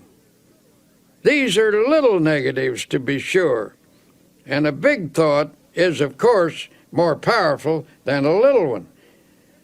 But it should never be forgotten that mighty oaks from little acorns grow. And if a mass of little negatives clutters up your conversation, they're bound to seep into your mind. Soon they accumulate in force, and before you know it, grow into big negatives. Make the decision right now to go to work on your little negatives. Root them out of your thoughts and your conversations. The best way to do this is to say a positive word about everything. When you keep asserting that things are going to work out well, that you can do the job, that you will not have a flat tire, that you will get there on time, you invoke the law of positive effects. You will find that good results do occur. Things do turn out well. Now, as we've said before, our success in overcoming obstacles is greatly influenced by our attitude. In fact, most of our obstacles are actually mental in character. Ah, you may object, my obstacles are not mental. Mine are real. Perhaps so, but your attitude toward them is mental. Attitudes are created by a mental process, and what you think about your obstacles largely determines what you do about them. Take the attitude that you can't remove an obstacle, and you won't. But get the idea firmly fixed in your mind that the obstacle is not so great as you previously considered it to be.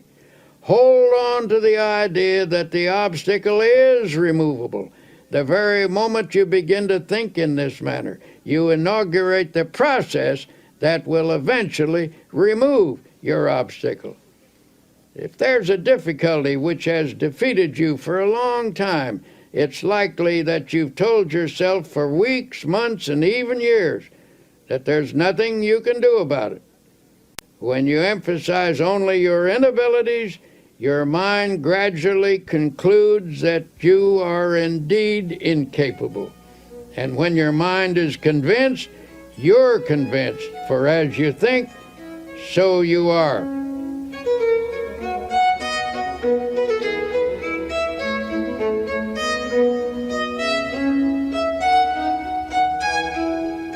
Armed with a new attitude, now take another look at that obstacle that's been bothering you. You will find that it isn't so formidable as you thought.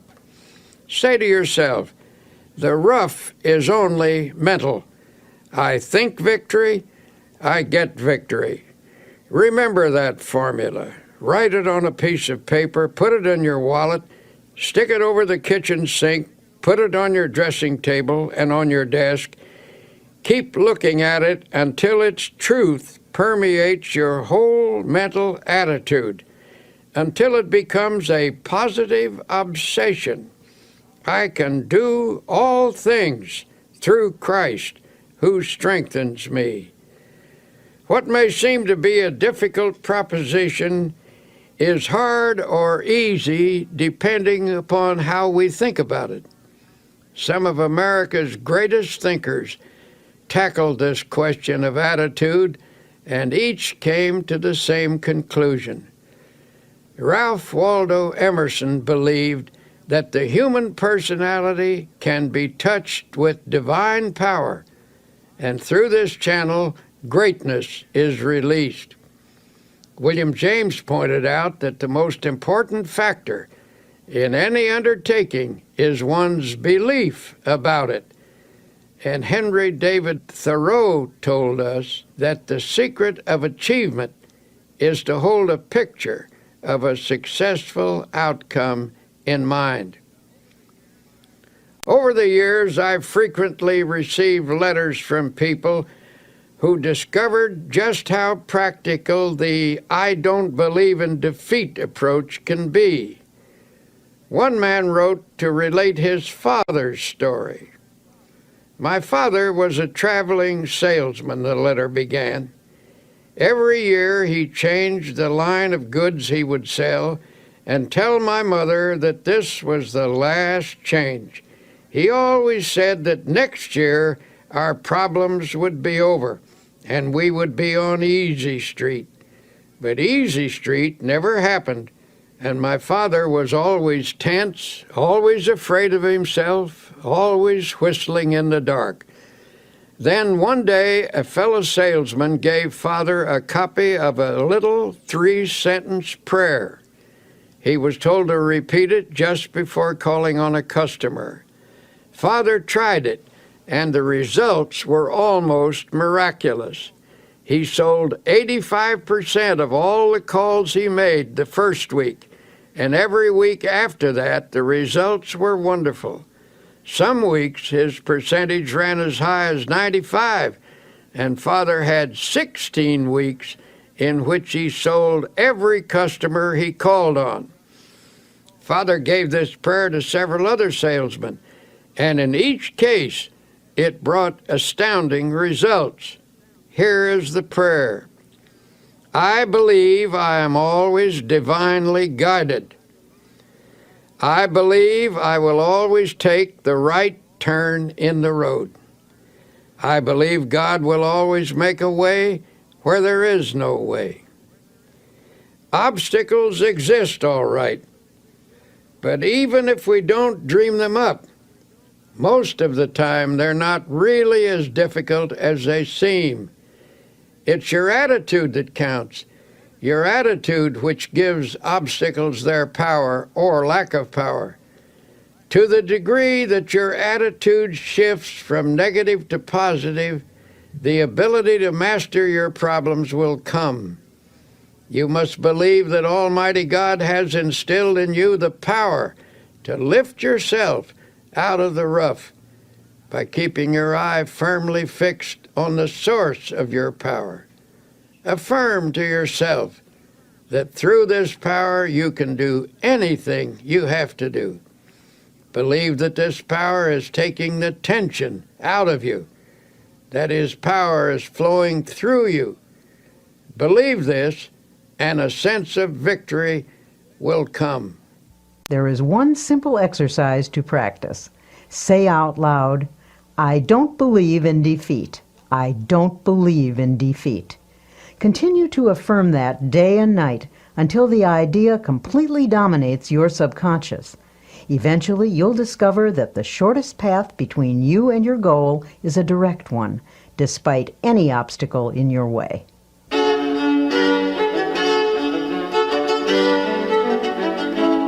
Here you will discover the practical secrets that can lead to a life in which dreams are achieved and expectations are fulfilled. As Dr. Peel says, life cannot deny itself to the person who gives life his all. So, as you listen, keep in mind your most burning desire. Surely there's a way to make it come true. Have you been trained to believe? Are you convinced that you can successfully complete any task you set for yourself? Or are you a doubting Thomas? Do you shrink from even hoping for the things that you would love to accomplish? When you begin something, what do you really expect to happen? If you haven't been doing too well at achieving your goals, perhaps it's time to examine your expectations. It was William James who said, "Our belief at the beginning of a doubtful undertaking is the one thing that ensures the successful outcome of the venture." Rule number one, when there's something you want, learn to believe. The Bible teaches a technique for obtaining spiritual power, a method which emphasizes how a person can make something of himself.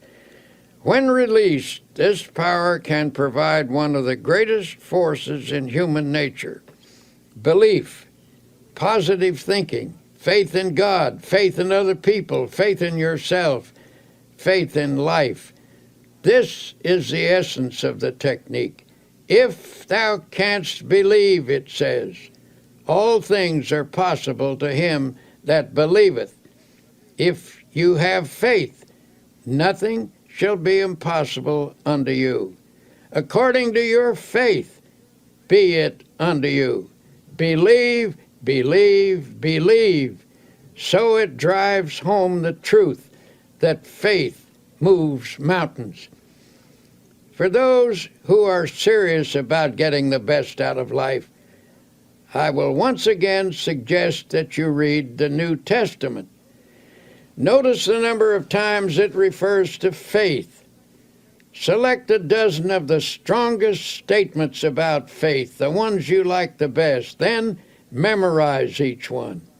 Let these faith concepts drop into your conscious mind. Say them over and over again, especially just before going to sleep at night.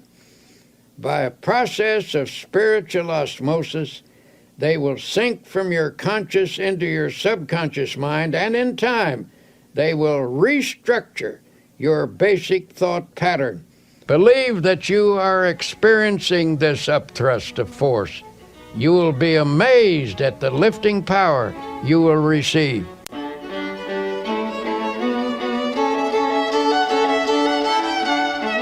Naturally, in this process of achieving the best, it is important to know where you want to go in life.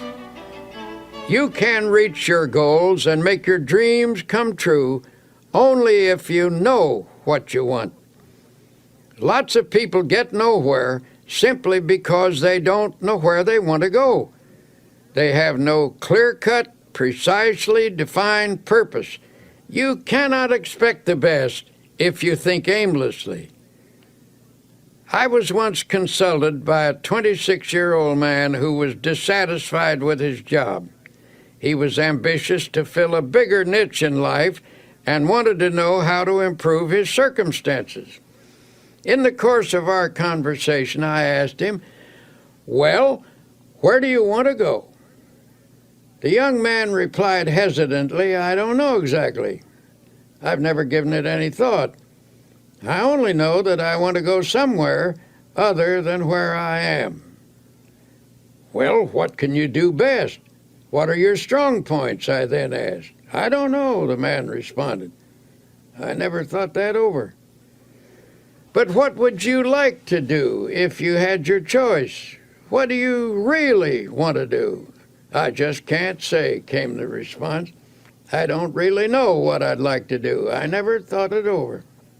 Finally, I said, "Now look here. You want to go somewhere from where you are, but you don't know where you want to go. You don't know what you can do or what you would like to do.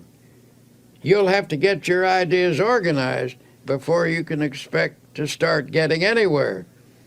And that is a failure point with many people. They never get anywhere because they have only a hazy idea of where they want to go and what they want to do. No objective leads to no end. A newspaper editor, an outstanding man in his field, was once asked, "How did you get to be editor of this important newspaper?" "I wanted to be," he said simply.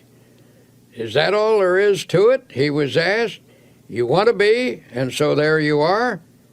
"Well, that may not be all of it, but that was a large part of the process," he explained. "I believe that if you want to get somewhere in life, you must make a clear decision about what you want to accomplish. Be sure it is a sound objective, then photograph this goal on your mind and hold it there. Work hard, believe in it, and the thought will become so powerful it will tend to assure its own success. I've found that there's a deep tendency to become what your mind pictures, provided the objective is sound and you hold the mental picture strongly enough." Then the editor pulled a well-worn card from his wallet and said, "I repeat this quotation every day of my life. It has become my dominating thought." Here is what the card said: "A man who is self-reliant, positive, optimistic, and undertakes his work with the assurance of success magnetizes his condition. He draws to himself the creative powers of the universe." It is indeed a fact that the person who thinks with positive self-reliance and optimism does magnetize his condition, and this releases power to attain a goal. Over and over again, we've seen that what the mind profoundly expects, it tends to receive. Think about that. Perhaps this is because the thing that you expect is what you actually want. Unless you want something deeply enough to create a dynamic atmosphere of positive factors, your desire is likely to elude you. Now here is a great law to meditate upon. Faith, power, works wonders. Those 4 words are packed with dynamic and creative force. Hold them in your thoughts. Say them over and over again.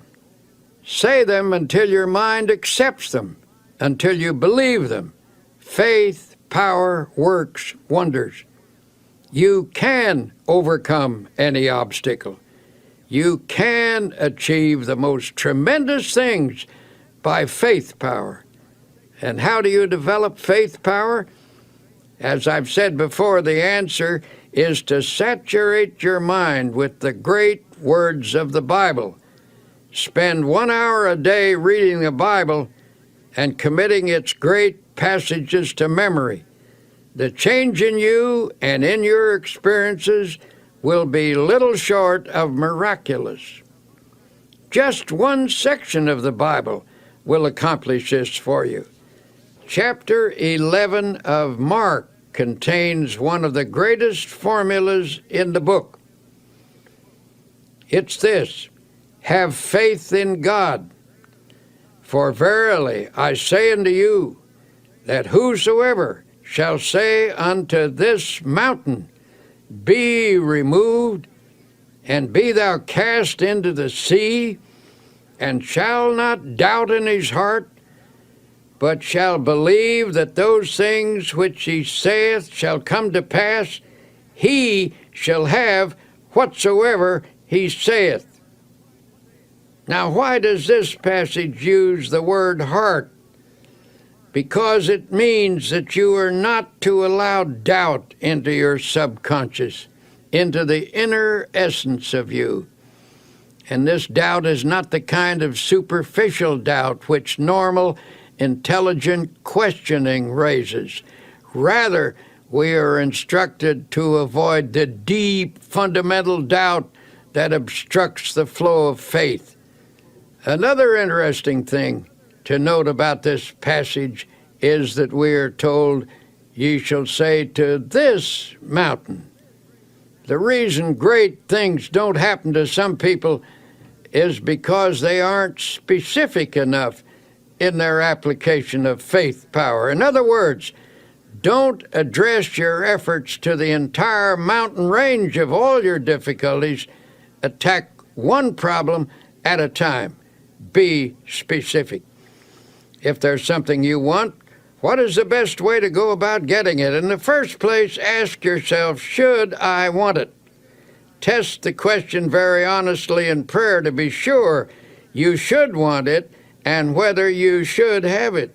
If you can answer that question in the affirmative, then ask God for it and don't be backward in asking Him.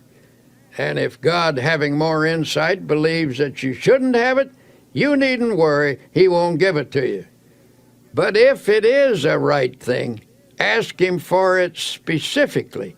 And when you ask, do not allow doubt in your mind. These principles were suggested to one man who perpetually expected the worst in all aspects of his life. He took a negative attitude toward every project or problem he faced and expressed a vigorous disbelief in these principles. In fact, he offered to conduct a test to prove them wrong. Since he was an honest man, he tried them faithfully and even kept a scorecard. After 6 months, he reported that 85% of his problems had turned out satisfactorily. I am now convinced, he said, although I wouldn't have believed it possible.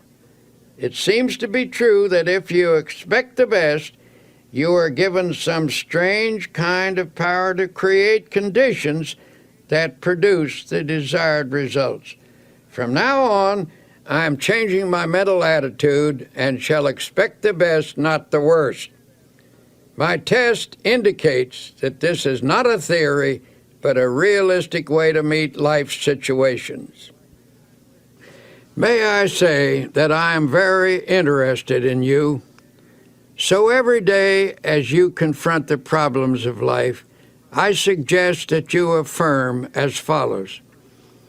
I believe that God gives me power to attain what I really want. Never mention the worst. Never think of it. Drop it out of your consciousness. At least 10 times every day, repeat to yourself, I expect the best, and with God's help, will attain the best. If in the depths of your mind you visualize the best and employ the powers of faith and energy, you will get the best. If with all your heart, that is the secret. If with all your heart, that is to say, if you reach out creatively toward your heart's desire with your entire personality, your reach will not be in vain. So expect the best. Never think of the worst. Drop it out of your thoughts. Let there be no thought in your mind that the worst will happen, for whatever you take into your mind can grow there. So take in only the best. Nurture it. Concentrate on it. Emphasize it. Visualize it. Prayerize it. Surround it with faith.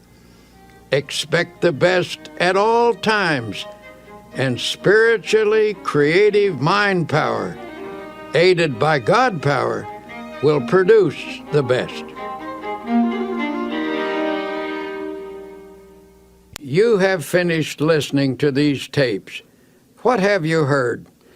Simply a series of practical and workable techniques for living a successful life. You have heard a formula of belief and practice which should help you win victory over every defeat. Examples have been given here of people who have believed and who have applied the suggested techniques. But listening is not enough. Now please go back and practice each technique. They have been tested in the laboratory of spiritual and practical experience. When applied, they will work for you as they have worked for many. We may never meet in person, but through these tapes, I feel we have met. We are friends and partners, so believe and live successfully. Thank you, and best wishes always, Norman Vincent Peale.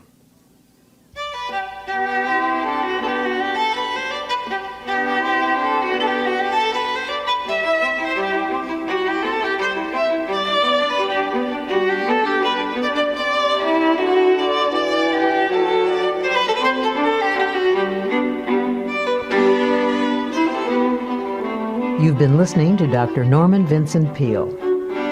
This has been a Simon & Schuster audio presentation. Recording engineer Ed Valentine, mixing engineer Gary Fink, writer Mary Bruton, executive producer Peg Combe. I'm Connie Goldman.